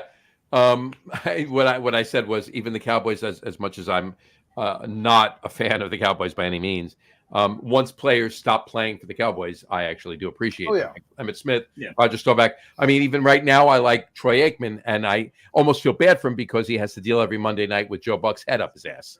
So, yeah. But I love Moose Johnson in the booth. Oh, absolutely, yeah, he's fantastic. I think it's come down to the fact that, like, I mean, back in the day, I didn't like Cowboy fans only because they really let the Giants have it. They've mellowed now since the Giants have been to 3 Super Bowls and won 2 since the last time the Cowboys were in a championship game. Even here's something else for Kevin though, hold on. Let me just finish. But I think I figured out what I dislike the most right now about the Cowboys, and it's actually something that every Cowboy fan dislikes the most about the Cowboys, and that's Jerry Jones. But that's besides. Yeah. There you go. But for Kevin, one thing. See, you guys had, oh God, I just forgot his name. The original overly arrogant wide receiver. Jerry Rice. No. Jerry Rice was never arrogant. Like, yeah, don't hurt my feelings like that. I didn't know where he was going with that. I'm like, wide receiver. No. More recent. Terrell Owens. T.O. Yeah. He started this bullshit with these wide receivers being so fucking arrogant. I was going to say, if you had said yes to me saying Jerry Rice, I'm like, the hell are you talking about? I was like, yeah, Jerry, I love Jerry Rice. I love Jerry Rice. Yeah, love Jerry Rice. Well, class individual. Terrell Owens. John, slap yourself for that one. No, I was asking you if you. No. I wasn't the agreeing fact that with even that. crossed your mind, slap yourself. We said wide receiver. The first wide receiver for the 49ers that comes to my mind is Jerry Rice. I can't slap myself for that. You're not wrong on that. You're not wrong. You're right there. The San Francisco wide receiver. Yeah, one of the greatest wide receivers in the history of football. Still, you Period. still find them walking around. Oddly enough, San Francisco in this area. I knew people who got married at a golf course, and they're taking photos out on the bride and the groom, on the golf course. Jerry Rice comes over, takes a couple photos. Thanks very much. Thank you, Jerry. Hey, let's get a couple photos with me like this, and a couple photos of me like this, and this. And this, and it became an entire Jerry Rice photo shoot. And they're like, "We are getting married. Can you please Leave now? get out?" And then they said, Or stay and watch. Right? And then fun enough. At least bring a present.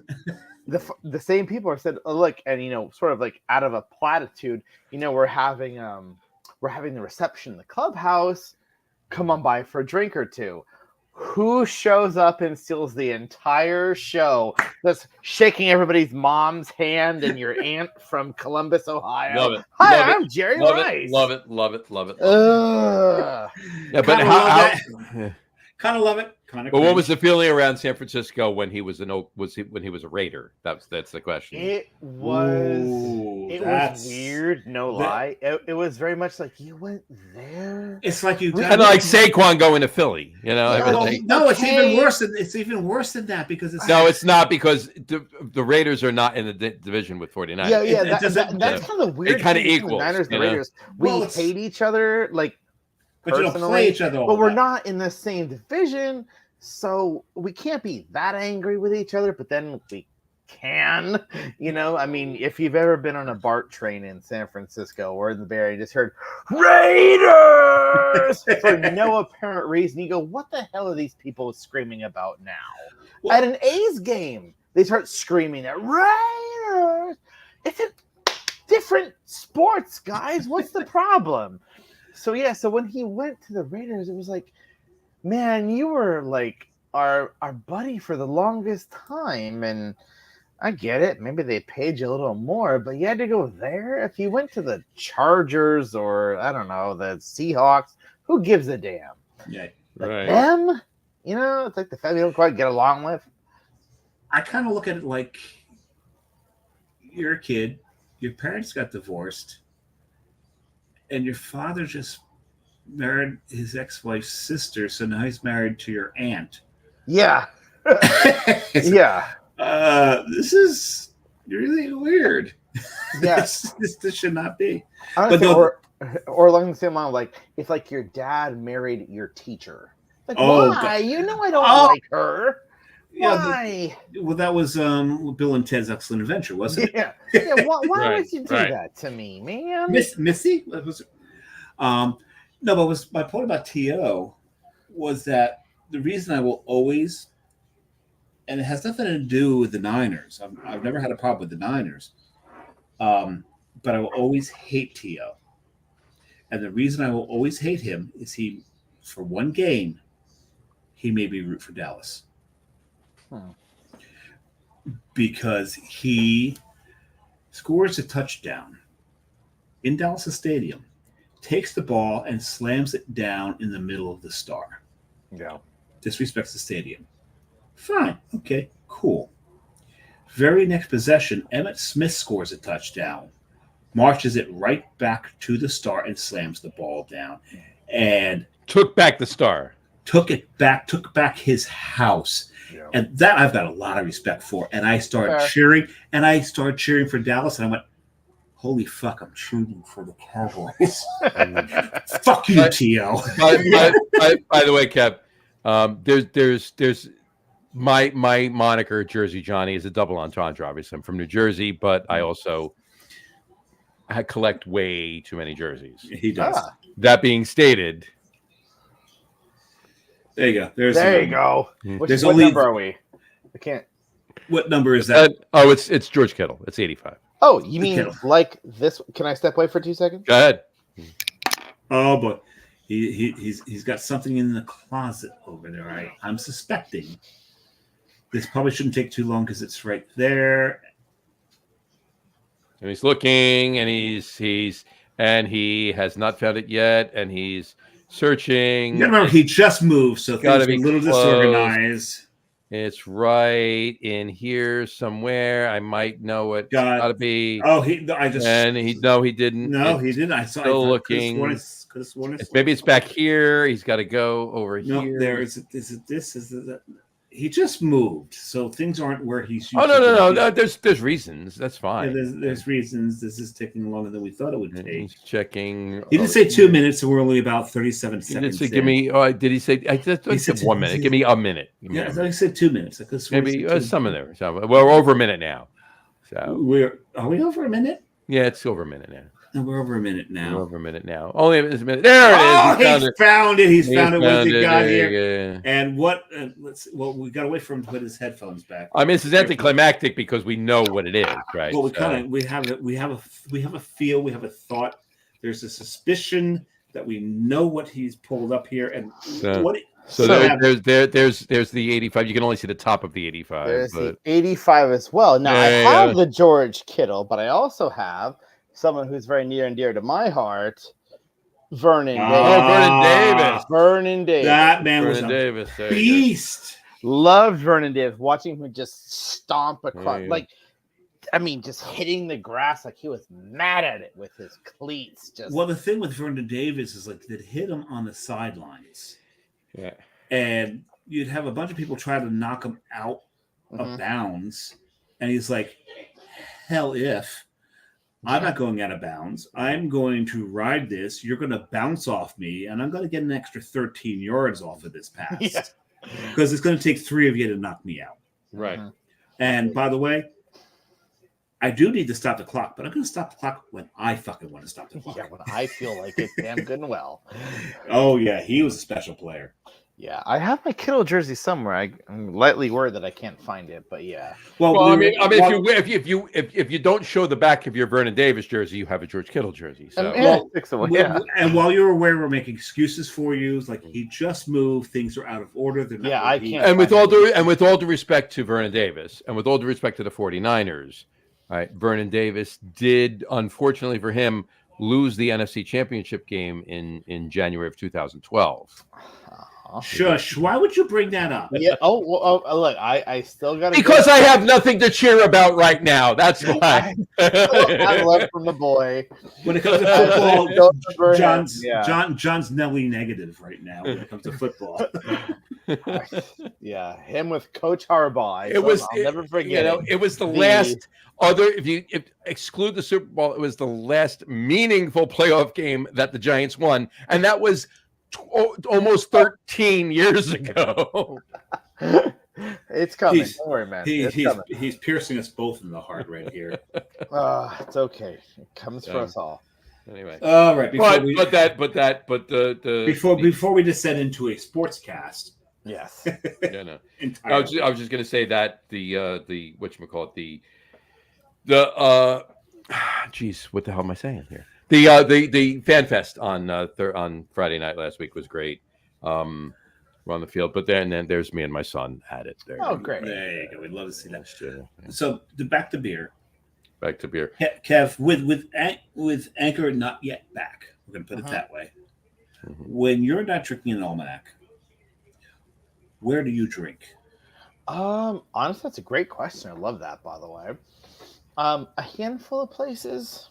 I mean, for starters, You got the other breweries in Alameda. yes. I mean, Yes. we have Ghost Town, which is all around the East Bay. I was going to ask you, did Ghost Town survive? Ghost Town has survived. Now they're in a weird limbo right now.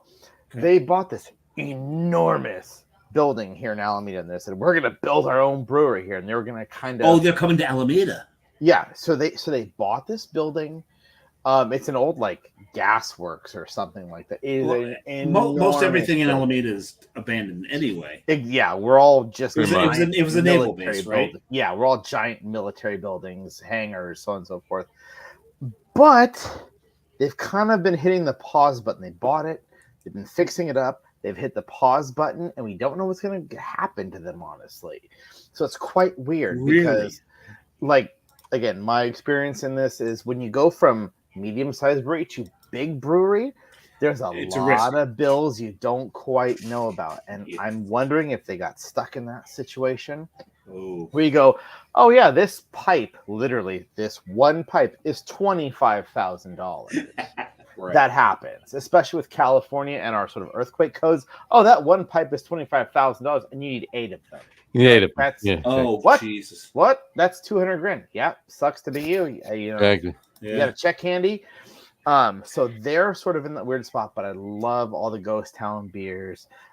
Cellar Maker is what I'm having right now. Cellar okay. Maker You is figured it out. brilliant. Well, yeah, I was about to ask him that, and you asked him that question when we were done with Yeah. football. But Cellar so Maker- yeah, it's a Cellar Maker Hellas. They do great beers. They do I've actually, you know what? I've actually had that beer. Cellar Maker Hellas is very good. damn Very good. It's very good. No complaints about that at all. 100%. Those guys are great. And speaking of beer and last week's Fan Fest, I just have Yes. to say this for Dave, okay? In the parking lot tailgating prior to going into the Fan Fest, I was having that beer right there. Oh, And do you know what that is, Dave? If it's dark and you're bringing me up, is there coffee in that? No, there's no coffee in that. Oh, then I don't know. That is a home brew. ooh, All right. From Mr. Well, it wouldn't have been classified a homebrew about 10 years ago. 10 years ago would be actual brew because he had a brewery then, but he It's a closed Brian. It's a Boats Brewing beer. It's the Brown Magic Dark Mild that he brewed, and it was fantastic. You've had it since he brought it up on the show. I had it last Friday night. ooh. There you go. Well, Oh, sorry. Where'd that come from? Hold on. Take that back, because I have a 16-ounce bottle of it in my fridge for you and I to share. Oh, there we go. All right. So would you like to retract that finger? Yeah. So now you have in Alameda, Yes. there are, and I visited both of these, Faction and Mhm. Humble Sea. Uh-huh. Your neighbors. Yes. I've been to both. When we went to Faction, they were having their anniversary party, so we had to buy tickets to get in. Correct. But it was still a lot of fun. They do some good stuff there. Yeah, this is a hangar brewery. Yep. Yeah, you walk back into the production facility, you're like, wow, I could park a dirigible in here. Absolutely. Yeah. And that's what she said. The No. Hindenburg fits back here. Yeah. Oh no, it wouldn't. I've actually been in the hangar that housed the Hindenburg. Oh really? Oh, I would die for that. A lot of people did die. No, sorry. 33. I did yeah. all my high school reports on the Hindenburg. Really? Did So you? yeah, you're out of your depth on this one. Yeah, no, I'm gone. Oh yeah, I got. Even the though book, I've I got been the in whole the, thing. even though I've only been in the hangar because that's Lakehurst. Oh, I gotta find that. Yeah, Lakehurst, New Jersey. Mhm. Yeah. Hold on. You Back in JK LMNOP 1991 or 92, one of the two, forget which year it was, played a concert in that a hangar? couple of bands I was in, right in front of the hangar on the beginning of the tarmac right there. What the interesting thing is about that hangar is so big that it has its own Zip code. No, weather. Really? It does have its own Yeah. weather. Yeah, absolutely. It has its own weather in that hangar. It is massive. It is absolutely massive, and it houses It has its own state government. There you go. God, it really should. Couldn't be any worse than our state government. Weird German tendencies, but yeah, they're fine. I'm not going to do this. Silly. Yeah. No. But Yeah. so we did that. We did Humble Sea. That was. They did some good stuff. And you did Humble Sea. Ironically, just talking about it now, I mentioned what Dave drank. The first beer I had on the show when you were on last December was Humble Sea. Yeah, They're great people. They make great beers. Love them all around. No bad stuff to tell about them. Yeah, when you get to Alameda, there's some damn good drinking all around there. Yeah. We have great beer bars. We have great brews. In fact, next door to Almanac is actually a malting company. Admiral Malting. That's kind of convenient, isn't it? It is damn convenient. Yeah, And everything of course- I've drank on the show does not include their malt. And then, of course, up front, they have their bar called The Rake, which serves all the beers and whiskeys that are made with their malt. Oh, I missed So out the on malts go out to different breweries and distilleries, and then they bring Correct. it back. And then they come back. serve it there. And it's That's like a awesome. I love showcase. that. Yeah, it's quite brilliant. So I mean, when it was just beers for a couple of years, that was great. They started adding, their bourbons, their whiskeys, so on and so forth. I mean, even Highland Park whiskey, actual Scotch whiskey uses Sure. their malts, so you That's can awesome. find it over Do there they? That's at really the cool. rake. So they're very good at that kind of thing, and they're very smart guys that they can, what do you want? Malted corn? We'll figure it out. Great, bring us 10 tons of corn. So they'll figure it out as they go, and then then you get some funky Mexican lager, and you say, "How is this a thing?" Well, the corn's made 10 feet behind our Exactly. bar. That is So cool. so you got great places to go there. But yeah, I mean, Ghost Town, Cellar Maker, Admiral / the Rake is all great places I go to. I mean, I was at Lucky 13, which is a place I was at actually about 2 hours before I started the show. You pregame the show. I love that. Yeah, I rode my bike too. I wanted to play the game on hard mode. I rode my bike. Yeah. Went to Lucky 13, had a drink there. Those are great guys too. Absolutely. And you can usually find my wife and I at the Benton on a Wednesday night. The Benton's just I'm not going to say it's a hidden bar, but it's, as people in the industry, it's an industry type thing. You hear loud music all day long. You're just, music people have talking to you. This is an air conditioned bar. You still get kind of fun punk music, but they kind of turn it down for people in our late 30s and 40s, and you can kind of hear yourself think and breathe. And you can have a not cheap, but well-priced drink, air conditioning, with fun and friends. Late 30s and 40s. I like that. And if there's any more of the story, is if you were visiting San Francisco, get on the damn ferry. Yeah. Get over at Alameda. There is so much to do there. There's so much to see. You've got the Hornet. You've got the breweries. There's a winery that pours there. Two of them. Two wineries at the end of the block. And there's a lot of eats. Oh, a lot of eats out there. Get over to Alameda. It's also a distillery. And the distillery is near the brewery we're talking about. It's one of the hangars. Mm-hmm. It's in one of the hangars. So get out there, very nice. Visit it, drink your way around. Get the ferry back, and then wherever you're staying, and if it's not within walking distance, Uber home, because you're going to need the Uber after doing Alameda. Yeah. I love it. Right? We have a beer shuttle to shuttle you around all the beer spots. That's in Alameda. right. And we saw that.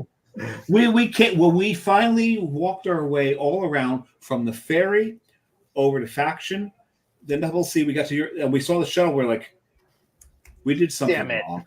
We did something wrong. Yeah, it leaves every 30 minutes. What the hell? Take wherever you want to go. We screwed up. But also there is it's only on the weekend that the ferry runs to the dock next to the Hornet. Correct. Yeah, that would be the Alameda the San Francisco Bay Ferry. Yes, at Seaplane Station. Yes. Yeah. So if it's the weekend, just take the one to the Hornet, because Almanac's right there, and there's all these great places to go. Yeah, find some place to Am I wrong in saying there's an In and Out in Alameda? Yeah, there is, about 5 minutes away from Almanac. Yeah. So everything you could possibly want right there. There you go. Right here for you. I love it. Right there. All right. Beautiful.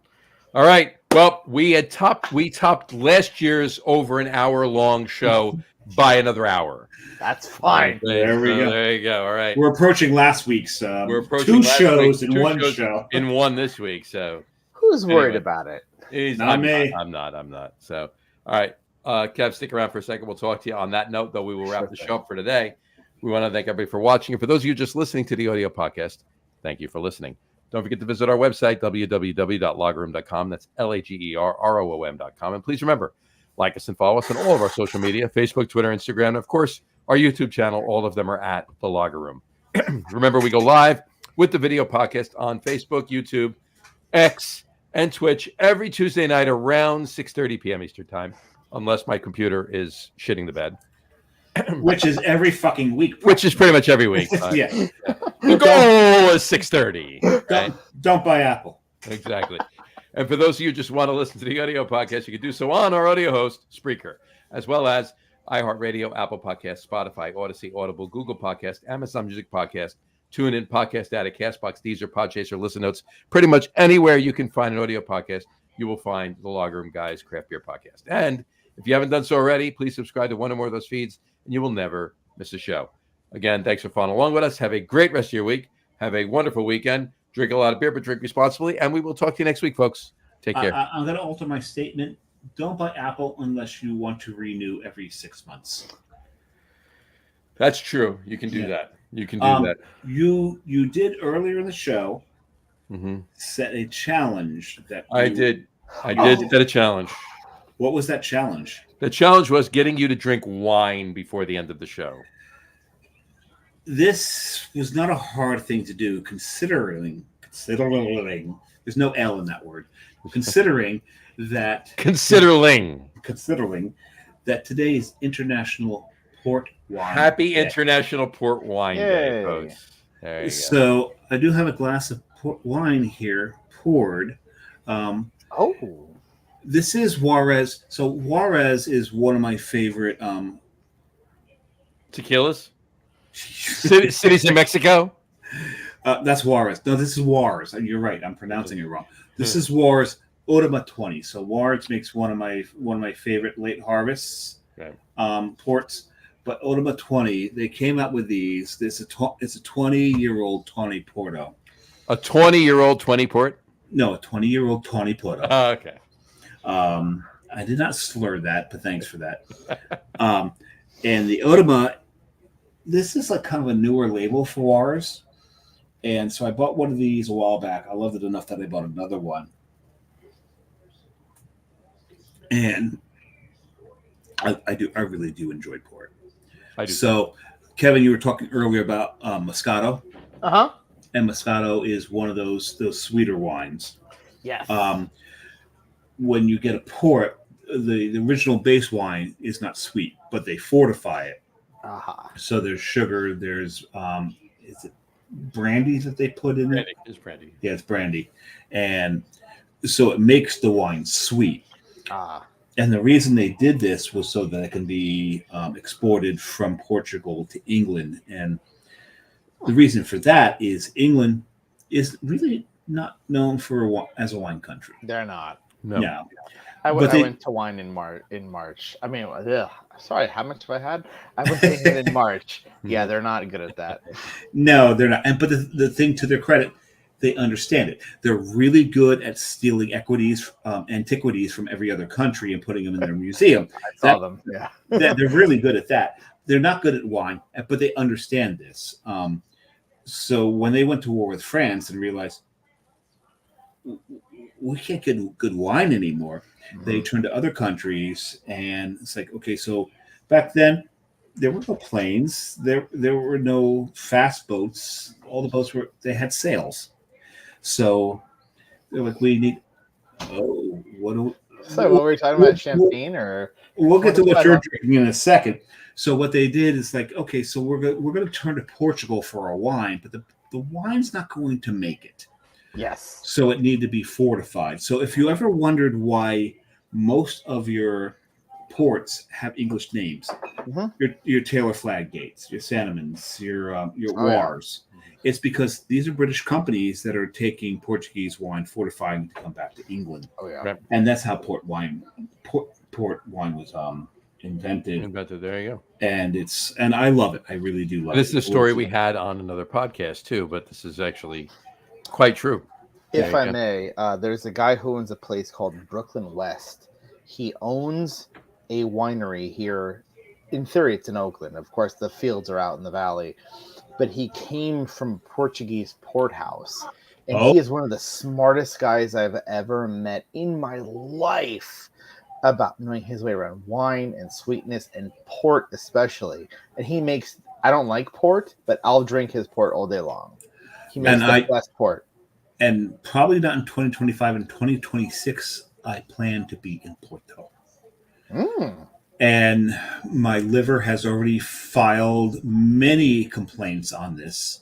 It's actually filed divorce paperwork. Actually, it has. It's not divorce paperwork. It's trying to do what Lindsay. Oh Lohan no! did with Oh her no! parents. Don't fool yourself. It's divorce paperwork. No. It's what Lindsay Lohan did with her parents. It's trying to what was the word that was used? In that? I know what you're talking about. Yeah, there's a word there. Jesus, I can't remember it, but it's trying to break from the rest of my body as if its own thing. Yes, it's its own thing. Because it absolutely fears me going to Porto and getting on the north bank of the Douro River. Yep. Right there, and going through all those port houses, Juarez, Taylor Fladgate, Fonseca, and I've lost the name of my favorite one. John knows it, and he's probably can't remember it. And all that. Sentiments. That's not my favorite one. There's another one, but there's so many fucking great ports that come out of there, and I will hit all of them all in one night.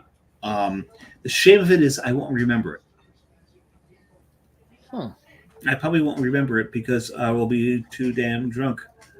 When are you going to come to the West Coast so I can hang out with you guys again? Okay. Well, no, need to come back up.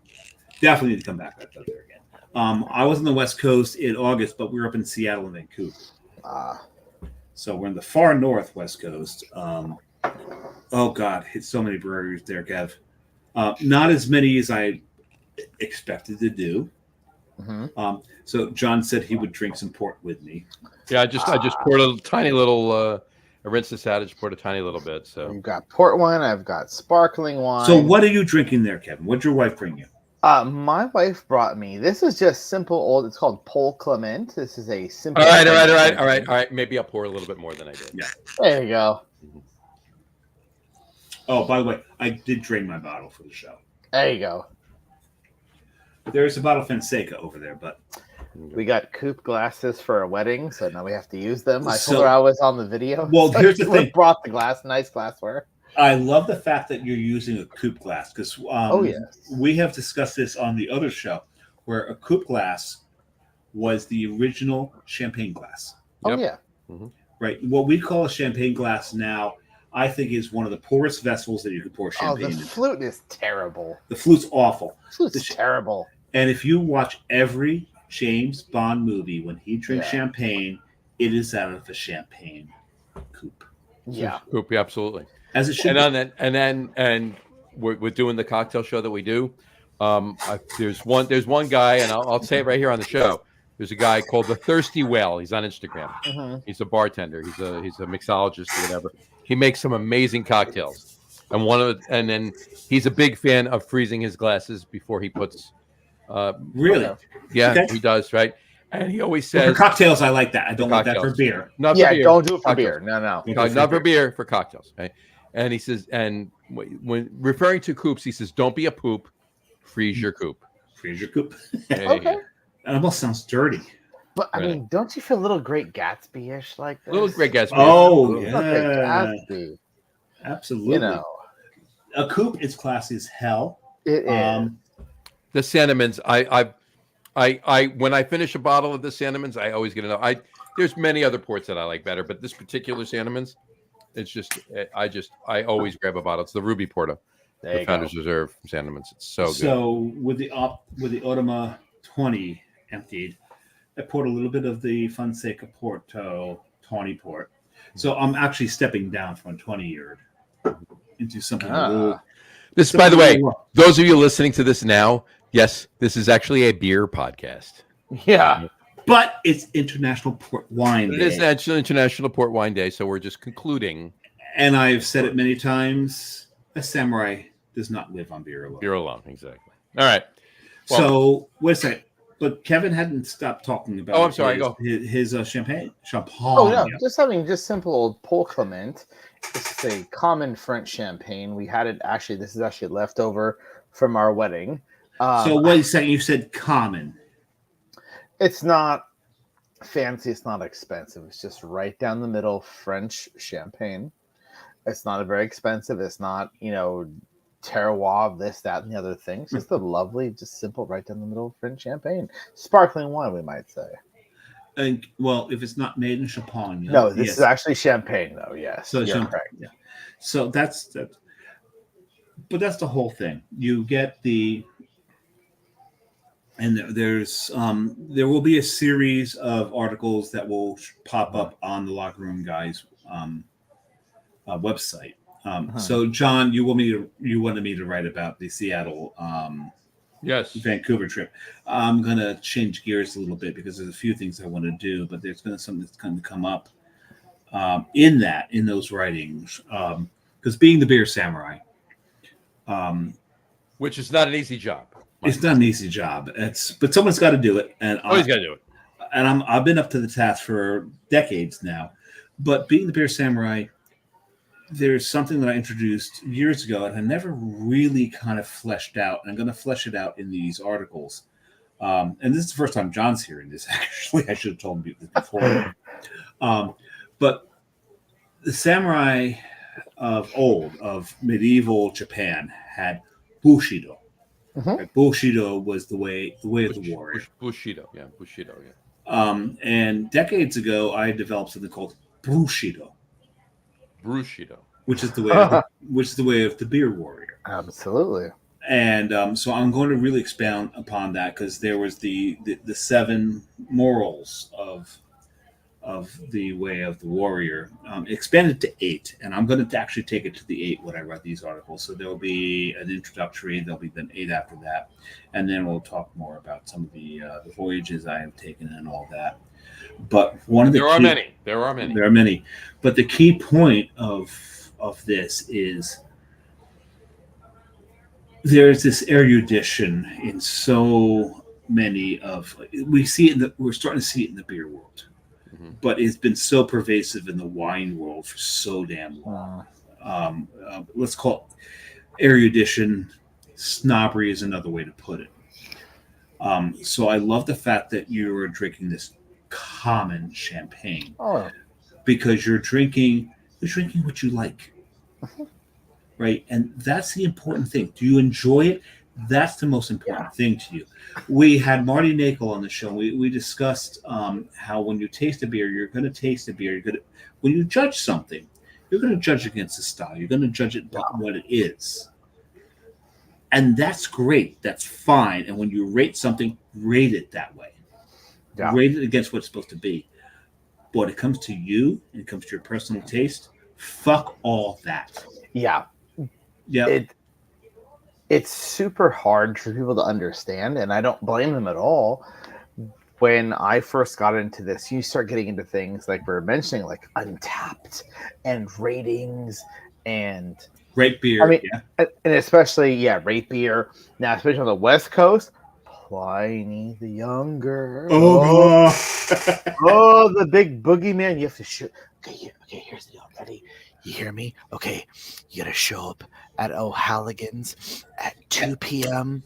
on Wednesday, and you gotta wear a blue hat, you gotta wear one shoe, and you gotta do this thing. You get a shot at having this beer, and you have it, and to the untrained professional, I don't mean we're rude. You fall for the hype and you go, I'll never have anything as good as this. But when you have that beer 2 or 3 times, you go, hang on now. Time out. There's a lot of other beers as good as this or good as this. Or even better. I don't have to do the hokey pokey to go get a glass of it, and knock on this door and here's the password and all this other racket. I'm sorry, I'm so tired of that on the West Coast. But it's ridiculous, and I respect. You're preaching to the choir. I respect Russian River, but that's just ridiculous. Yeah. I love Vinny. I think he's a great guy. But you reach that level where you go once you've been. I mean, if this is like the gas gauge from empty to full, from non-bougie to bougie, once you get up there, you go, wait a minute. this is kind of a lot of a facade. I mean, not that they're not bad beers, they're not made poorly, but you go, hang on, there's stuff here at the mid-level that are just as good as the other things, but they don't have the marketing hype and train behind them. And I mean, and the reason I feel like I feel that way for the most part is most of my brewers, you know what most of my brewers will drink on a day out? On a day out when they're just at a liquor store, what most of my brewers will drink out? Good. Miller High Life. Yes. That's Yes. their day out beer. That's the whole thing about brewers. Mhm. Brewers drink American adjuncts. Yeah. You go into a brewery, you're more likely to see a PBR than anything else. Absolutely. I mean, when I went out, one of the experiences I was blessed to see was I went to the GABF, the Great American Beer Festival in Colorado, with our head brewer and a couple of the other brewers. And the one place they could not get enough of was Bierstadt. Oh, In well, of Colorado. course. Which is just 4 beers. Yeah. Helles, Pilsner, maybe I don't know if what else is like an amber and whatever, but there's no IPAs, there's no double IPAs, there's no Because the brewers 100%, and cohesion. Same thing with Czech. 2 beers. by the way, Four. what's up to my buddy Dan at Cohesion? Dan, best dude ever. Dan's the best guy ever. I love those guys. Cohesion I mean, of all the places to be, we went to our mutual friend, Cohesion, and Bierstadt Done. 3 times a day. Mhm. No need for anything complicated. But that's the whole thing with You Pliny. got you got to go to Avery once. Oh You yeah, gotta go no, out to nothing wrong Boulder. with Avery. Don't get me wrong. You got to go out to Boulder, go to Avery once. But in Denver, yes, our and- mutual friend, and Beer sleep in- Shot, and Cohesion. and sleep in the parking lot. If Yeah. you're at Avery. Yeah. But that whole point with Pliny the Younger, it's the hype of the rarity of it. Right. Yes. So for the longest time, what was considered the best beer on the planet came out of Belgium. Mhm. Because to go there and get beer, you had to register your license plate. Westy. Yeah. Westy. Mhm. And I've had Westy. Me too. Yeah. Don't get me wrong. It's a great beer. Hold up your water bottle. Your laptop again. Oh yes. Oh yeah. All day, every day. I know what you're gonna say. Saint Bernardus is a better beer. It is. Easy. It is. Well, other way. More available, easy to find, delicious, never fails. But I think it's a better. I love West Veteran 12. I do. I will drink St. Bernardus 12 every day of the week over. Yeah, absolutely. Absolutely. So my brother's he's really into beer, and it got to the point. He's older than me. He finally got to the point where it's like, okay, my younger brother actually knows a little bit more than I do, because at one point I'm at his place. He pours me a beer, doesn't tell me what it is, and he goes, "So what is this?" I said, "Seriously, you're going to pour me one of my favorite beers out of Florida that's barrel aged and ask me what it is?" Yeah. And he just turned and walked away because it was Buffalo in the snow. But so he's learned. Ask me. So he's in Minneapolis, and he's like, "Where should I go?" I said, "You need to go to Surly." Oh. And he's like, "But I just had a Surly down in the bar of my hotel. It wasn't that good." I was like, "Well, because they gave you Furious. Furious is not that great of a beer. You need to go to the brewery. You need to get an abrasive." Uh-huh. And trust me enough, he goes to the brewery. He gets an abrasive. All I get is a picture of a beer in a glass. He doesn't tell me what it is. All he says, he goes, "Is it sacrilege to say this is better than Pliny?" No. And I said, "No." I said, "You'll be accurate." No. Because Shirley Abrasive is one of the best aggressive IPAs out there. This is just a phenomenal beer. I'm like, I said, this is exactly why I sent you there, so that you understand a beer does not need to be hard to get Yeah. to be world class. One of the I hope Vinny can't hear me. I hope he can't. One of the things I tell people all the time, they go, I heard it's the best. It's the best. It's on Rate Beer and Untapped. They go, look, 10 years ago, Absolutely. before we had, now like I said, as a guys in this industry, we just kind of sent you a beer and whatever happens, happens. Dude, honestly, I'm the biggest fan of Surly that's never been to Surly. Same. So when I'll argue on that. I'm sorry to be a little weird about this. When I learned how to homebrew, which is how I started this whole thing, I used to follow these guys called Northern Brewer. Yeah. I know that.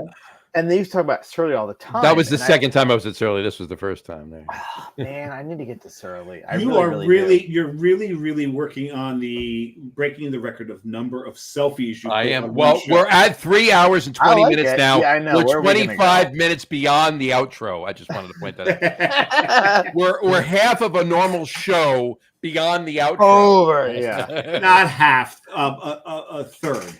Okay. But I was always so in love with Surly. I wanted to try it. I always heard about it. And when I worked at 21st Amendment in San Leandro, I just told this guy, yeah, I love Surly. Never spoke to me again. And then 4 months later, he just shows up out of the blue. He has a whole case of Surly beers. He goes, I brought these for you. Can we trade? And of course I did. Of course. And I'm still in trouble because I drank all the, what's it called? The Fury, was it Bender? The one with the coffee in it? Yes. Oh, Bender. Yeah, Bender. Coffee Bender, yeah. My wife loves coffee and I drank all of them. I didn't give her any of them. Oh, you're a bad husband. I'm still in trouble. Okay. I actually went through my cellar 2 weeks ago. I'm saying this right now. I went through my cellar 2 weeks ago, and in my cellar is just all stouts and barley wines and stuff like that. There's no, Gene can bust my chops. Gene can bust my chops all he wants. There's no IPAs in there, right? But I did find behind like 3-4 packs of like stouts and stuff like that, and some other bottles. I found one can of Surly Coffee Bender.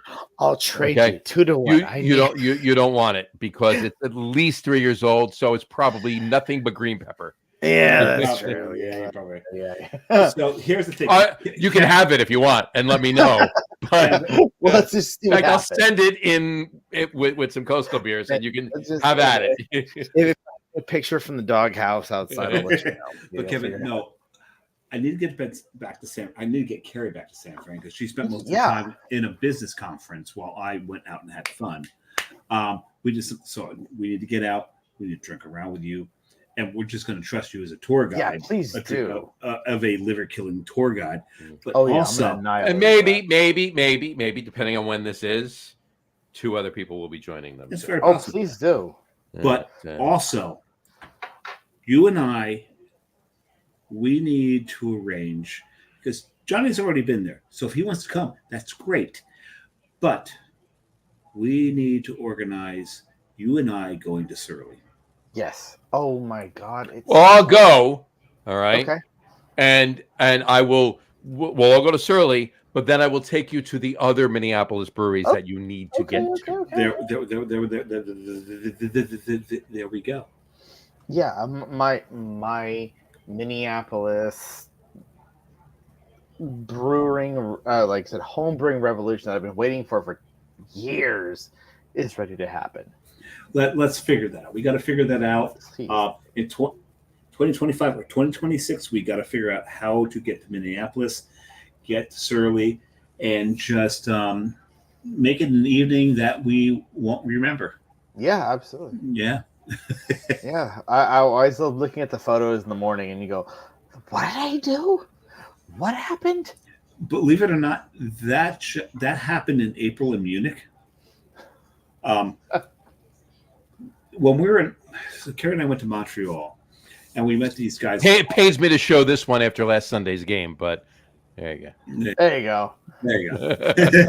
But we met these guys. For those of you listening on the audio podcast, it's me wearing a Vikings cap in front of US Bank Stadium. So. John just went back to sports. And you have 3 minutes because I really got to eat, and it's 10:45. So. Yeah. So real quick, we we met these guys from Austria, and when we went to Munich, they met us up in Munich, and so we drank around, and one kid, because we drank him under the table in Montreal, he was determined to drink me under the table in Munich.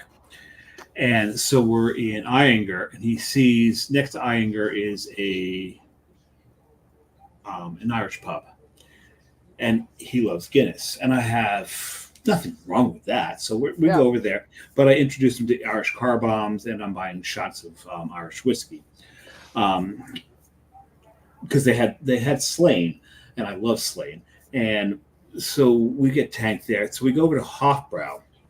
There are pictures from Hofbrau. I don't remember being in Hofbrau at all, but I look really, really happy. So I'll take it as a win. Mm-hmm. But being at the Hofbrau. Not a Hofbrau. Not a Hofbrau. The Hofbrau. This is Hofbrau München. So there's part of me is like, I'm really sad that I wasn't sober enough to really understand where I was. I'm at Hofbrau in that's Pittsburgh. Pittsburgh, yeah, there you go. That's outside. Someday, we went to Vegas, but nothing else. But I'm not sober enough to remember being there. But I'm also, the pictures show that I was really fucking happy to be there. You were. So it's still a win. Nice. All right. So I would say John closes up. You've closed us out already, haven't you? Close us out already. I don't have to. So drink a lot of beer, but drink responsibly. And we will talk to you in a couple of weeks, folks. Kevin, stick around. We'll talk to you in a second. Yeah. We'll talk to you in a couple of weeks. Did I say that? Next week. We'll talk to you next week. And that's a couple of weeks is the other podcast, right? Exactly. This is my third glass of port here. Enjoy that. We'll talk to you next week, folks. Great show next week too. It's not, and you know what? Maybe it holds a candle to this one. We'll wait to see. Find out. Tune in next week. How can a show be better than what we just had? Well, Rod J. Beer Ventures is on. It's going to beat Kevy, but maybe it's the best part of this show is we've never met Rod J. Never. Yep. This is an unknown. This could go any damn direction. It's going to be good because he's a frequent commenter. Yes, he is. And he's a great beer guy. He's a great craft beer ambassador. Absolutely is. So this is going to be an interesting show. And he knows his shit. We know he knows his shit. Yeah. So to be a lot. Tune in next week, and we will tune in next week. Yeah. We'll talk to you then, folks. Take care. Cheers. Cheers.